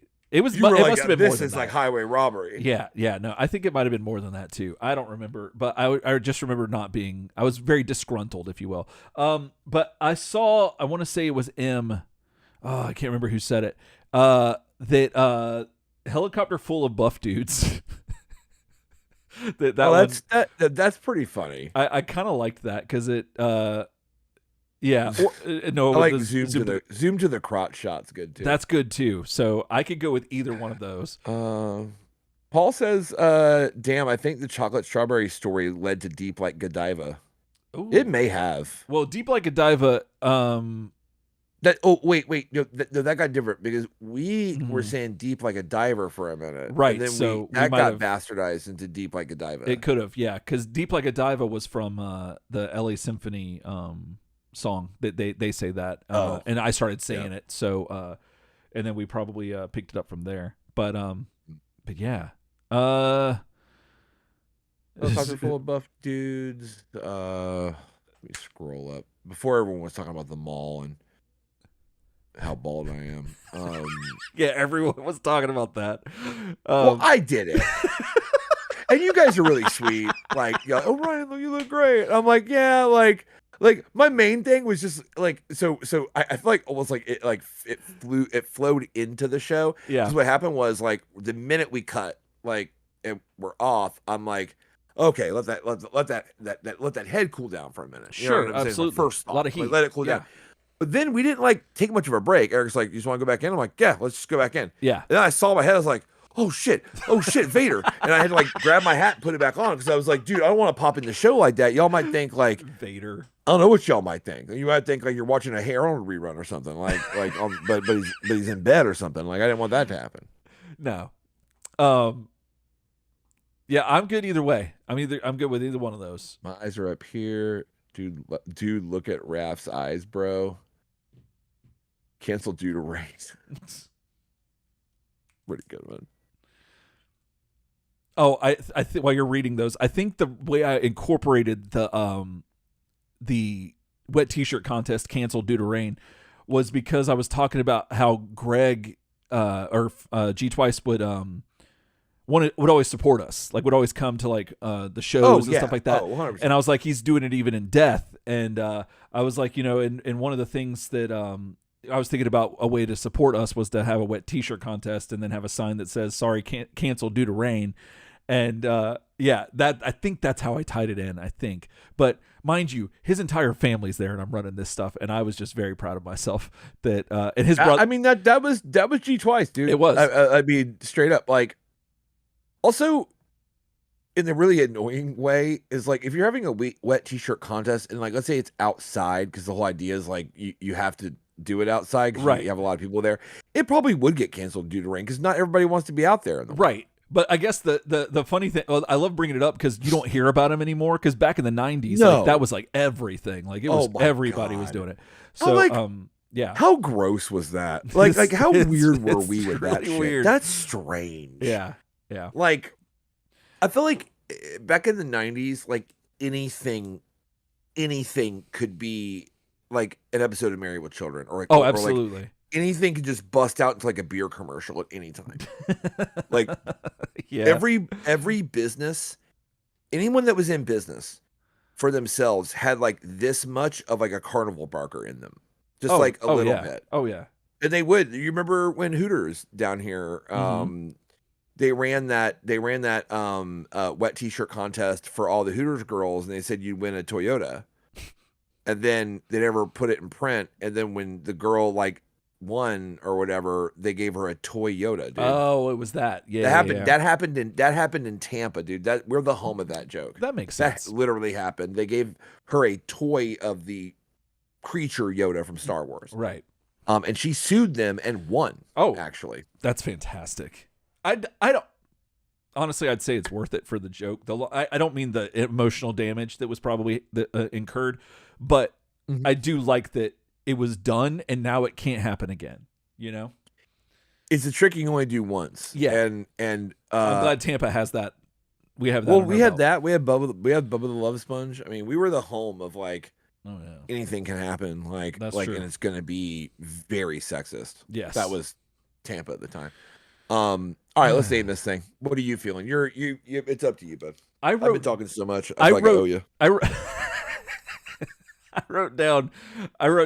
Yes, the MJ Morning Show. Yes, we. That was us. 100%. We. So I wrote down helicopter full of buff dudes. I like zoom to the crotch shot too. I'm gonna go with buff dudes. I wrote it down. Buff dudes? Buff dudes. I just want to say buff dudes. Buff dudes. You got very excited about the buff dudes. I did. Like Double Dragon. Like idea. They're not even in the comic, and you just saw the helicopter, and you got bricked up. Well, because I was thinking about making the next Patreon shirt be the Double Dragon 2 cover, which I think is that helicopter. I could be mistaken, but I was going to put your and my faces over them. Yes. And so that I think that's why I got so excited about it, because there was some serendipity that was happening there. But so all right, do you want to name it or what do you want to do? You want to do the number? I'll do the number because I feel like the buff dudes is your thing. So buff dudes are my thing. That's your deal. Yeah. So John Clemens says, as a gay dude that's also into aviation, I have 0 notes about a helicopter full of buff dudes. Oh, good. 0 notes. That's what's up. No notes. We nailed it. Like, neither does Eric. Like, no, neither do I. Nobody has. No. If you got notes about a helicopter full of buff dudes, I want to read them. That's it. I just want to read them. Send them to me. Okay. Yep. That's good. Okay. So I'll do the number. Okay. You do the buff dudes. All right. Okay. 35. Okay. This is Turtle Soup, episode 335. Helicopter full of buff dudes. Treaty. Remember we had that a thing where like we couldn't say numbers right? Yeah. That I can wait. No. Like, it was a bit. We had a thing. Like we're just better about it now. Oh, like, the frankly. tree like, and every and all that. Tree and fitty and like every number doesn't have to be like perverted. Like we did it. But like there was an era where we were so obnoxious that like any number was. Oh yeah. We were just what type? A Huey full of swimmer types or a Chinook full of Mr. Olympians? Oh goodness. Huey. I'm with the Chinook. I feel Chinook like is a fun word to say. And I feel like the helicopter in the comic looked more like a Chinook. I have no idea. What does Wild Bill drive in the G.I. Joe show, in the G.I. Joe cartoon? That's what I'll take that. Yeah, let's do one more. That was the one. That was one you just kind of rip off the top, and then you. Let's see. I'm trying to think. Could I do it like a newscaster? Helicopter full of buff dudes. No, that's not it. No. That's not funny. That's not funny at all. Black Hawk full of buff guys. So yeah, Noah's like the attack helicopter full of fat guys or buff guys. Y'all are nuts. Y'all are wild. Ronnie M, you're crazy. Okay, right, yeah, we got it. We got to do it. CM. All right. We're gonna do it one more time. You're gonna bring your style, and then it's gonna be one of those two. Okay. Are you ready? I guess. I don't know. I'm just gonna go with it. I'm gonna wing it. Wing it. All right. This is Turtle Soup. A helicopter full of buff dudes. Oh. It did. And guess what? Your audio just dropped. So so we at least we got almost to the end of it. And you're frozen. Oh, that's interesting. Let's see if I can get you back. Let's see what I got to do. Yeah. Okay, so your video's back. I just got to get your audio back. Let's see here. Oh, don't change that. Let's see. Dang. Okay. It might just take a few seconds and then we'll get back. What did I do? Did I go up here? So yeah, I'm gonna have to. If anyone knows what this is, definitely let us know. Because that would help us out tremendously. It's just Pro Tools, but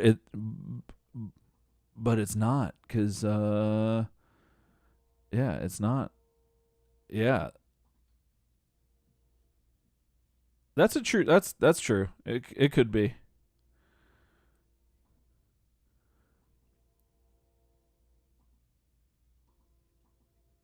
Yeah, it could be a syncing thing, but yeah, we're almost out of here. Okay, now I think you're back. I'm back. It just came back. I don't think there's any I didn't really do anything. It just came back. So yeah. It just goes out and then comes back. It seems like it's on the same schedule. It does. It feels like it runs long enough, and then it goes away. Yeah. I don't know what I was saying. Yeah, I was saying something silly, and then that's all. And then that's all. Yeah. Yeah. Well. That